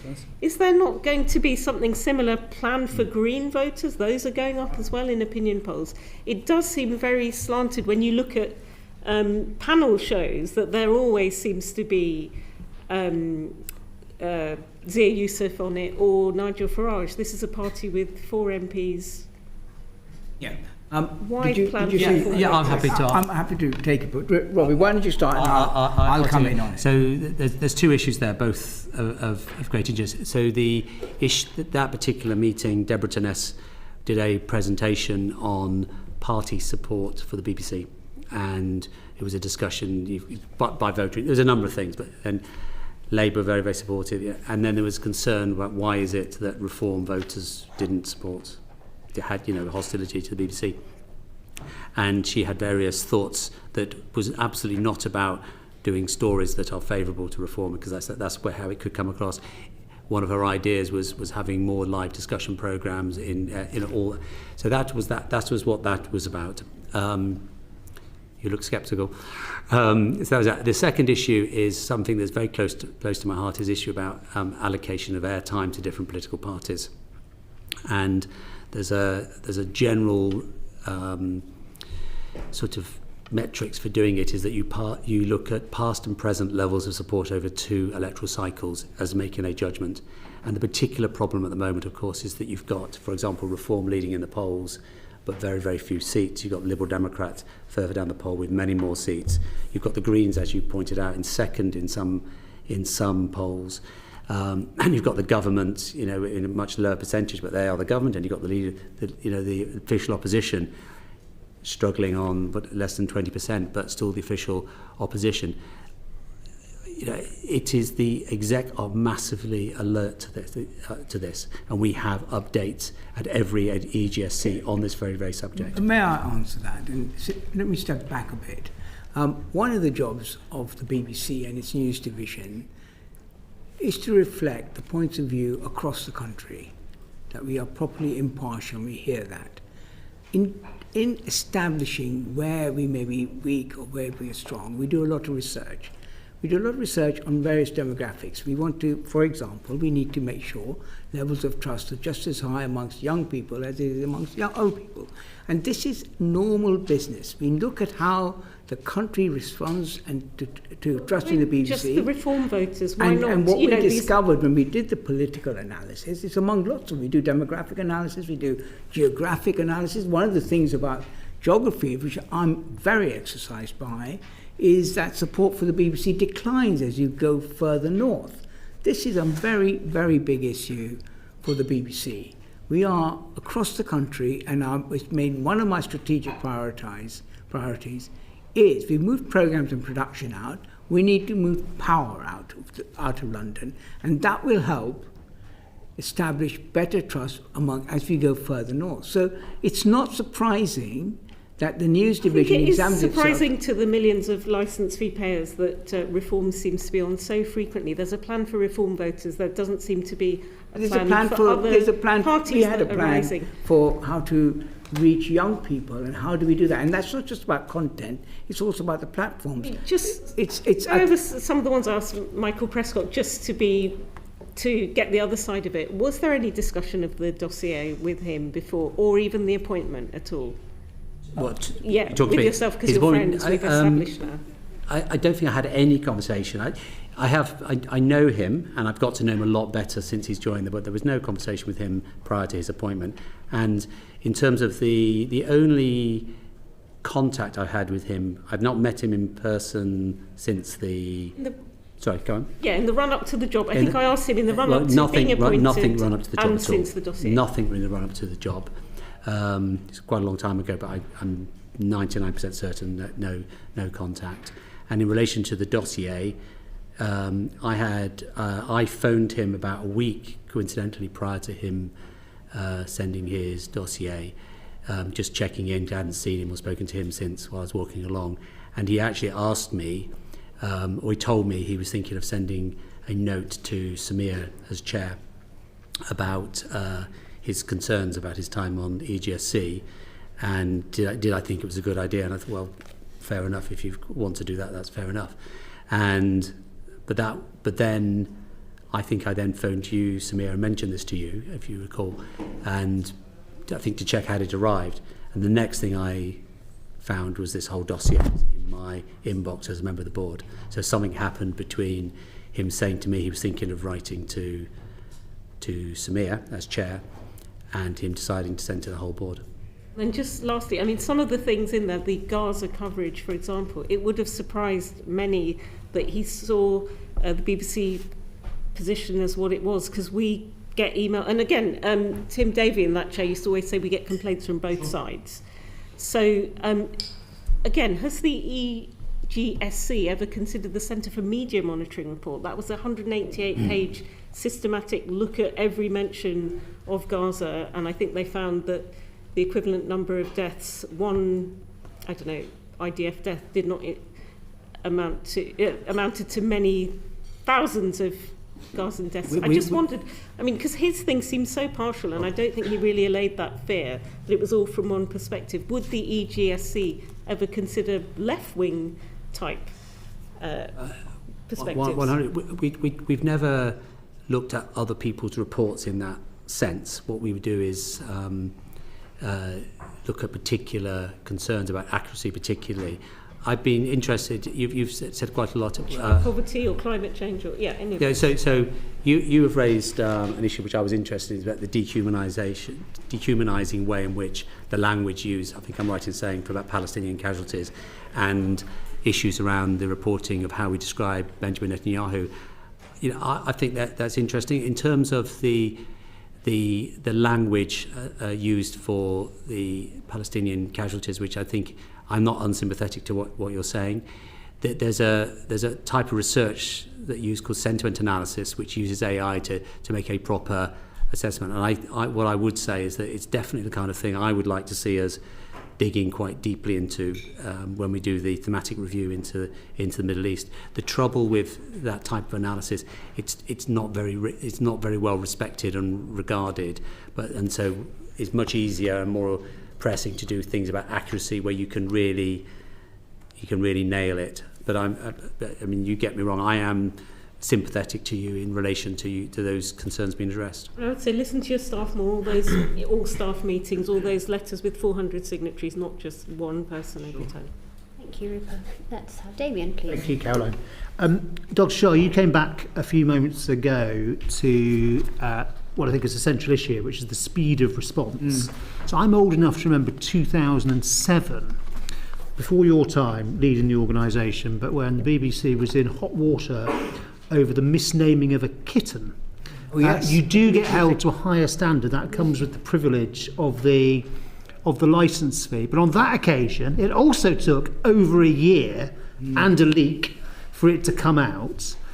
So it's kind of all very well to say, well, we must just do better at coming out faster. But what is going to make the BBC face up and fess up faster? I think that's such an important question. And I understand the scepticism that it always seems to take time. I don't know the answer to your question, but I'm heartened by one other area, it's a parallel area, which I was involved in. I took very great care to accept, which was what we call the culture review, where in my first year, I was determined to tackle abuses of power.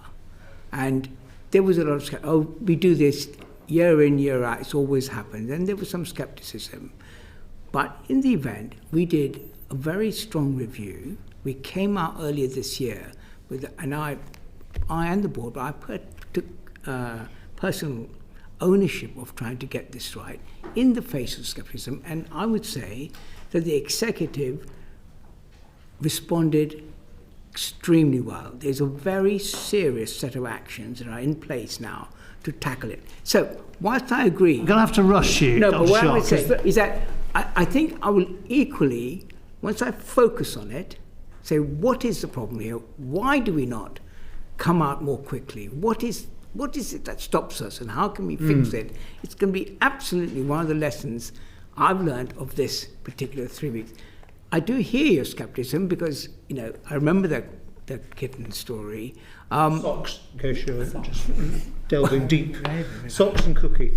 Yeah. And so I think it's important, and I think it is a constant problem for the BBC that we do respond in a way that always puts us on the back foot. And I don't like that. I want us to be on the front foot and get out our statements clearly. If we made a mistake, hold our hands up fast. If we don't think it's a mistake, say that. So returning to the backward-looking thing, yes. So what is in the Prescott memo? So the board is committed to revisit everything that's in that memo and to report back on them, on those items transparently about your conclusions. What does that mean in practice, and what is the transparency we should be looking out for? Well, what I've asked Peter Johnson to do is to examine every single story and set out what actions we've taken, or the executive have taken, to deal with that. Then analyse whether those actions are adequate and whether more actions need to be taken. So be very precise to every single point. It may be that we'll find, for example, in my view, about the insurance thing, the action was taken and that's it, and we don't need to do any more. But there will be others where we think, Peter Johnson may think, well, these are the actions taken, A, B, C, but we now need to do D and E as well. So it's going to be very precise, and we're going to... Earlier this afternoon, Mr. Prescott said to us that you should treat all the issues he's raised as systemic unless and until they are demonstrated to be otherwise. Do you think that is a correct way to go about that analysis that you're talking about? Well, I should say I'm not clear what Mr. Prescott means by the word systemic. Let me put... He's not here for me to put words in his mouth but tell me. In present. But I think what he means is, rather than saying it was a one-off, something went wrong on that Tuesday in March, somebody made an error, that there's something in the organisation, whether it's in the culture, the systems, the processes. I think that's probably what he means by systemic. Let me talk about how I read those series of points that Mr. Prescott... You do it concisely. Yes, okay. So I think there were some individual errors, but I also think it points to some underlying problems. That's how I would describe them. For example, an underlying problem in the Arabic service. Forgive me, so the question is, do you think it's a reasonable approach to this exercise that is about to be undertaken to start with the assumption that for each of those items it may have been systemic, we have to demonstrate it's not? I wouldn't frame it in that way. I would ask Peter Johnson to look at each one on its own merits and examine. He's a very fine, very seasoned and experienced journalist, to look at each one and come to the board with an analysis of whether this is an individual error or a underlying problem error or it's a systemic error. Thank you. And just finally from me, Sir Robbie, could you just say to the committee what you think it should be the future for the BBC, what role it should play in the next 10 years, which may be the same or different from in the past 10 or 20 or 30 years? A nice open question. One of the things I do agree with Michael Prescott is the potential for the BBC. You know, in the world of totally dividing channels from Fox to and all the rest of it and the internet, we have a brand, we have a DNA that could actually just lead the way, not just in the UK but globally. That is the thing I find most exciting. I think we've still got a huge opportunity to do that. And so in 10 years, yeah, I think that we could do that in 10 years. Thank you, Damien. Bio, please. Thank you. Just on that last point, in the previous panel, Michael Prescott, you mentioned that he called you and sort of ran it by you effectively with regards to... No, I called him this is regarding the memo. Yeah, I called him a week prior, so it wasn't that way round. Okay. Just checking in because I'd not spoken to him since he left. Yeah. And in that he said he was thinking about, or had done, I couldn't quite remember, message the chairman. That was it wasn't anything else about the memo. Okay. And so do you sort of feel from that question he felt that it could be damaging to the organisation? No, the fact that he checked. He didn't check. I phoned him and he said, he's thinking of sending a memo. But you phoned him, but he brought up the issue that he was going to send it. Yeah, because that was our primary connection was via the EGSC, and it was not an unreason. He must have just been writing his memo then. That's all I can assume. It was a very, very fleeting. But when you called him, did you know he was going to be preparing this memo? No, not at all. No, I phoned him to check in. I hadn't spoken to him since he had left the EGSC as an advisor. He must just crossed my mind. So he brought it up. I mean, look, I say this obviously because, you know,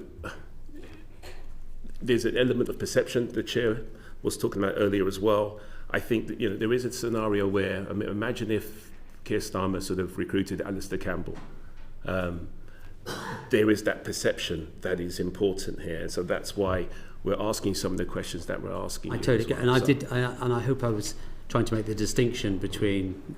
Well, first, I was never a good a communications person as Alistair Campbell, but I only did it for 2 years. That was good. I like it. But I did, unlike him, I did 25 years as a BBC journalist. So my whole DNA is very different to his. I'm an impartial BBC journalist, not a spin doctor by nature. Okay, thank you. So my next question is, has the experience of Mr. Prescott's memo where he felt the EGSC was not acting, so he escalated to the BBC board and altered your thinking on how the EGSC interacts with the board. So what do you want the SOAR review to achieve? Would you like me to... Actually, no. So the review I'm doing is I've been given carte blanche by the chairman to really look root and branch at how EGSC is operating. I think what EGSC as it currently operates has many strengths. You've heard us mention, for example, the thematic reviews have been really useful. But it's perhaps turned a bit too much of a debating chamber as opposed to probably needing something that's more akin to an audit function. So something that's more into tracking actions. And I think this is a point that will resonate with some of the conversation we've been having today with you. Looking at the organiser of it, should they have a dotted line to the chair, the non-exec chair, so that you have a line of accountability there. And also the other thing that would resonate with what we've been discussing this afternoon is the way that the EGSC reports to the main board. I think one of the conclusions we're reaching is that, for example, on the Arabic service, one of the problems was a lot of action was taken, but no one communicated the action. So the EGSC didn't know and the board didn't know. And actually tracking through actions properly so we can check they've happened, but also making sure that everyone knows they've happened and can see the results is one of the important things we'll probably do. Okay. Thank you, Caroline. This question is to yourself, Dr. Shah. The EGSC used to be chaired by Nicholas Sirota, who was the Senior Independent Director. Why is the chair of the BBC board chairing the EGSC? Yes, I think the issue of whether I, as the chair of the board, should also chair the EGSC is one that I would like Caroline to examine. As I said, nothing is off the table here. I think it's important we get this right, and I'm perfectly happy to take what recommendations she makes to the board and the board's outcomes of those recommendations. And being the chair of the EGSC will be part of that. Okay, and I know that you've mentioned that you're looking to change the composition as well Yes. of the EGSC. So what will it look like? Maybe Caroline should... I think it will still have a mix of execs and non-execs, I think. I mean, I should say I'm speculating to you before I've been to the board with the conclusions, so, they may, subject to the board agreeing them. I think it should have a broad representation of views as far as possible from within that, and we should still have independent advisors, but we might look at the role and how we define the job descriptions of the independent advisors. The two independent advisors you've seen today have their contracts already finished, so we need to reappoint them. My final question to Dr. Shah. Were board members excluded from conversations on the Director General going? On the Director General going? Yes. I don't exclude board members. I mean, you're talking about that weekend, where I spent the weekend talking to every single NED about the situation, and I wanted to hear what they had to say. When we had a board meeting in the late Sunday afternoon, the Director of News had resigned, and the Director General resigned. So we didn't have a board meeting to discuss. Well, first of all, it is not our position to discuss whether or not an executive working for the Director General is a matter for the board. It is not. It's a matter for the Director General.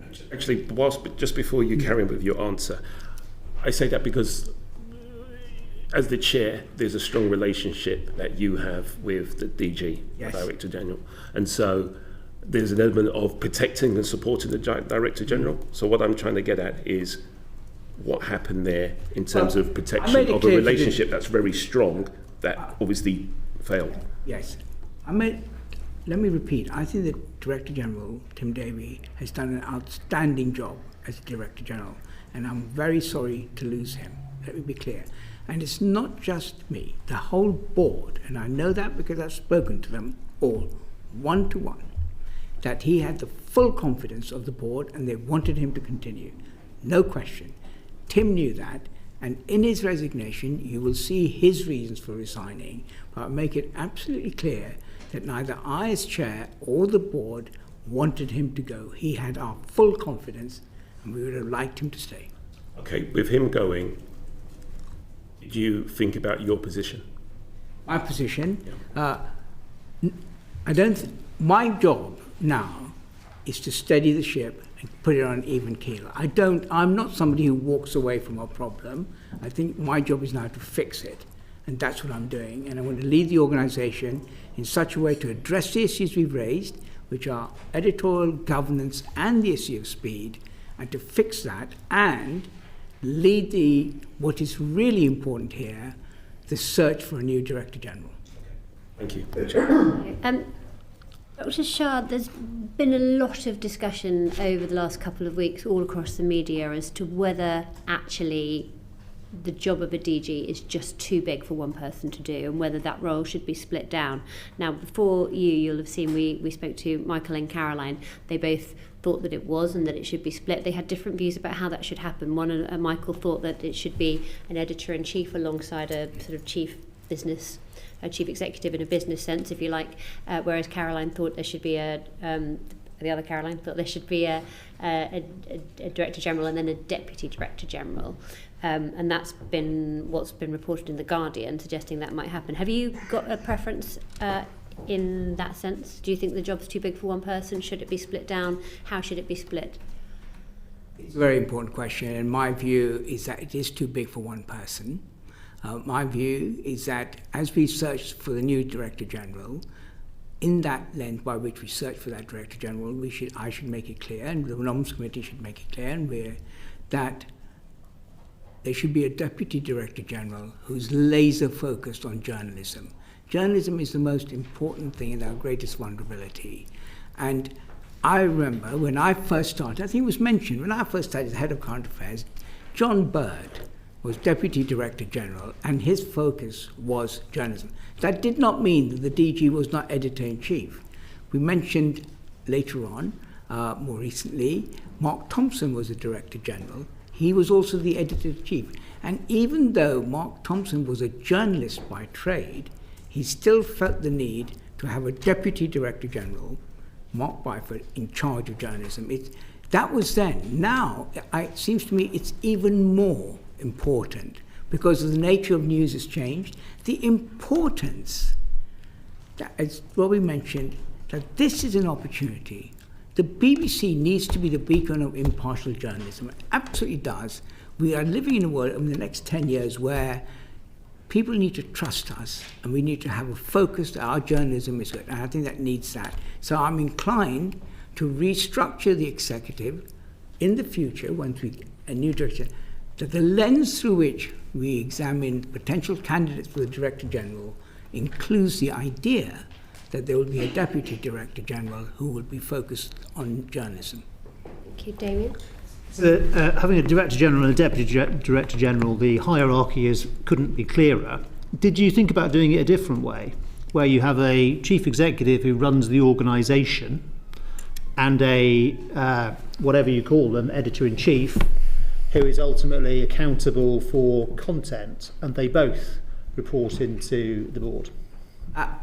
I think that's an interesting observation, but obviously the Charter at the moment does not allow that. In the Charter, the Director General... It's going to get renewed quite soon, Dr. Well, Shah. I think, as I said, it's a good moment for discussion, but right now, I have to replace the Director General, right now.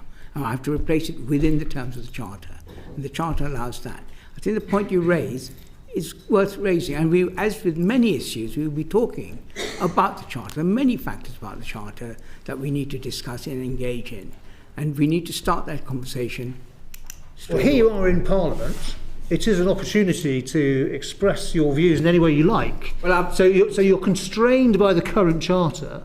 Were you unconstrained, would you take a different view? Well, right now, my view, and I recall that the Chair would like me to take a position, I think that the idea of a DG and a DDG has worked well, and I can see it working again. I will need to be persuaded that the alternative one is a better solution. Thank you. Thank you, Damien. Jeff? Okay, thanks. That's the executive. Can we talk briefly about the board? So what do you want to do about changing the composition of the board? Particularly, would you want to change the number of non-exec board members? Well, again, a matter for a Charter, and I've already said I'm looking forward to some constitutional innovation about the board. By that, I mean, I think we do need to take a look at the composition of the board, the flexibility there is, in the nature of the public appointments, how many public appointments there are. All of it should be a matter for discussion. Do you have a view? I do have a view. I would like, as the Chair, to have greater flexibility. At the moment, I have 10 non-execs and 4 execs. 14, that's it, rigid. And given the state of the way the world is changing and the kind of skills and experiences we need on the board, I would like greater flexibility to reshape the board to make it better able with the experiences to the world that's coming forward. We talked earlier about the impact of AI on journalism and the whole point about AI. If it's important now, can you imagine how important it'll be in 5 years' time? If I find that the board does not have enough expertise in that area. I'd like to be able to change that. Okay, and can I ask about political appointees? Do you think it's right that do you think it's important to have political appointees to the board? Can I ask all three of you that question, actually? Well, I'm sorry, what did you say at the end? Well, is it important, is it right for there to be political appointees? Let me be clear, they're public appointments, not political appointments. Just be clear, there's a process. It's about politicians. You apply. And I think we should look at this. I think it's important. And the issue here, for me, is independence versus accountability. We need to be independent, but it's also important that we are accountable to the public, to Parliament, and the nations. The 4 public appointments are to the 4 nations. England, I don't need to spell them out. I think it's important the nations are represented on the board of the BBC. How that mechanic is, I think we can discuss it and we should make it clear. Could those nations be the contributions be provided by somebody with journalistic experience, not appointed by the government? I'm sorry, what, of the nations? Yeah. Well, I've given you my point about the executive. I think the Deputy Director General should be there. I think journalism is a good skill to have, but there are many skills. The BBC is a very, very big organisation, does many, many things. And I think whilst journalism is a very important part, my vision of that is that the DDG, who will be on the board, will be focused on that. The 10 non-executives, it needs to be accountable as well as independent. So I do see a role for people who represent the nations, because that's part of it. But how that happens, we can discuss it. And of course, as you know, I've left out the other public appointment, that is the chair, and I think the chair should be in that mix as well. Thank you very much. Can I ask one question on that? When you appeared in front of our predecessor committee, yes, at your pre-appointment hearing, you were asked whether you felt that it was acceptable that members of your board should be permitted to be members of a political party, and at that point you weren't able to give us a definitive answer. You weren't sure. Do you know now? The answer is you can be a member of a political party. As it happens, Sir Robbie is not. We've had many people, even the chair, we will remember, was a member. Sometimes politicians are, and they're members of parties. The real thing is to have diversity of opinion, and their party politics are left out, and we examine the point of the board. Just a super quick follow-up, not opinion one, but just on, if we're reforming the board, is there not an argument for having staff appointments on there? Because if you look at AFP in France and NPR, a number of those positions are reserved for, Robbie, you've done journalism, but I think your current board, if you look at it, it looks like it could be the post office board. It's a lot of people from business. So people who've made those hardened decisions, maybe even the foreign correspondents who've had to make quick decisions when, people are trying to weaponise things. Some of those people would be good on your board, some actual staff. What do you think? You make a very, very good point. I was hoping, because of events, I haven't been able to make a speech about the BBC and its accountability and how we can make it more accountable. We have mechanisms to be accountable, as this is to Parliament, to the government today, but I'm concerned about how accountable we are to the public and the licence fee payer. Also, having a board, and do you know what I mean, of people who've done it. Part of that accountability is, again, to do with the membership of the main board. And last but not least, Vicky. We all know that staff morale is really important. So how does the board assess current levels of staff confidence in the BBC leadership, given leadership transitions and the charter review? And then on that point, do we know when the charter renewal may be taking place? And will it potentially have to wait until the Director General is appointed? Your last question, no. What's happening is that we're waiting, and we expect it to be imminent, the publication of the Green Paper. The Green Paper will be the government's attempt to secure consultation. And between the Green Paper and the White Paper, which will be their outcome, what they plan to do, we will be in heavy conversations and discussions about the Charter, about the purpose of the BBC, about the way it's regulated, about the composition of the board, all the issues, and fundamentally what the mission is. We then also have a parallel discussions, how do we fund that? The funding model will be another major. That will continue Tim Davey is the Director General of the BBC, and he's helping us through that. He will continue to do that. So that cannot be paused awaiting the arrival of a new Director General. This is a matter of some urgency. We are in debate, we'll discuss it, we'll do that. On the matter of staff morale, I think this is a very, very important part. We have a very continuous measurement of staff morale. It's a very detailed look, and we're always looking at it. It is, as I said right at the beginning, the events that have come recently has been something that I deeply regret, and it has had an impact, of course, on the thousands of people. So we will be measuring that and trying to make sure that we include them in as we develop our arguments. Yeah, just briefly, what is the thing for measuring staff morale? Metric for measuring it. But how do you do it? Like what happens to measure it? Well, we have go through effectively what you'd call a survey, a staff survey, and it's reported every year in our annual report. We do a comprehensive staff survey, and we do it in all sorts of different parts, so we can break it down, we can see where morale is, and not just morale, but loads of other factors. I can send you, if you would like, the detail of how we measure how the staff are thinking in a systematic, comprehensive way.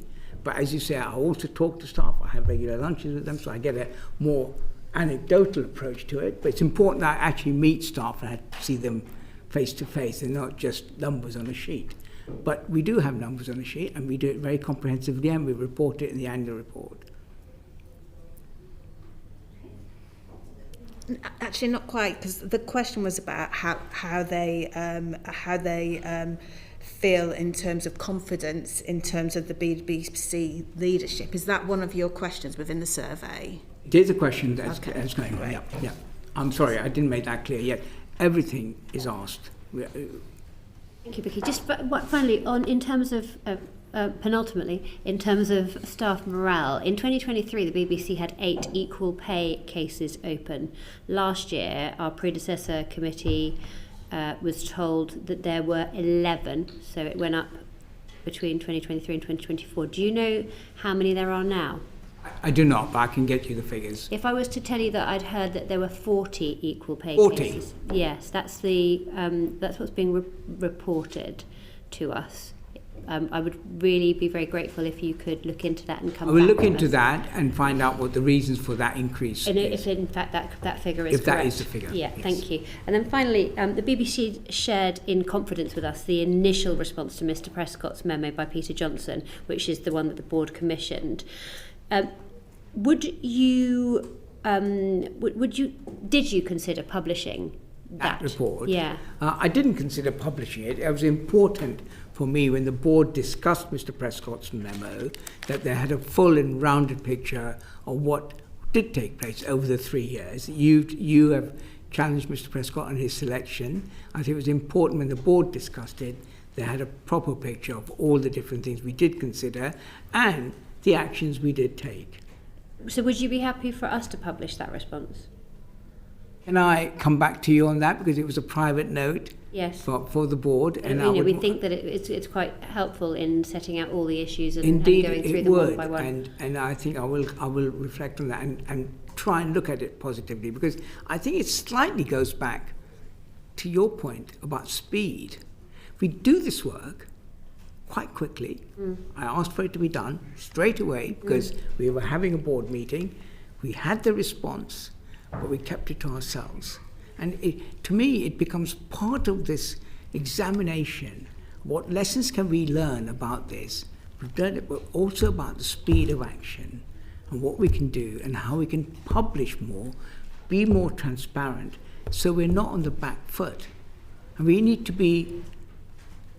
understand the world we live in, and that if you don't get out on the front foot, then they will fill that vacuum with whatever they want to say. I think it's a really important point. With that pace in mind, could you let us know quickly? I will let you know, great pace. And also whether you're going to be publishing the new Peter Johnson report that you mentioned in response to Damien's questions as well. That's very kind. Thank you very much. Thank you all of you for appearing in front of us today. Is there any further messages that you want to leave us with? Oh, I think that's You've had enough. Okay. Thank you. Thank you very much for everyone for your time today. Order.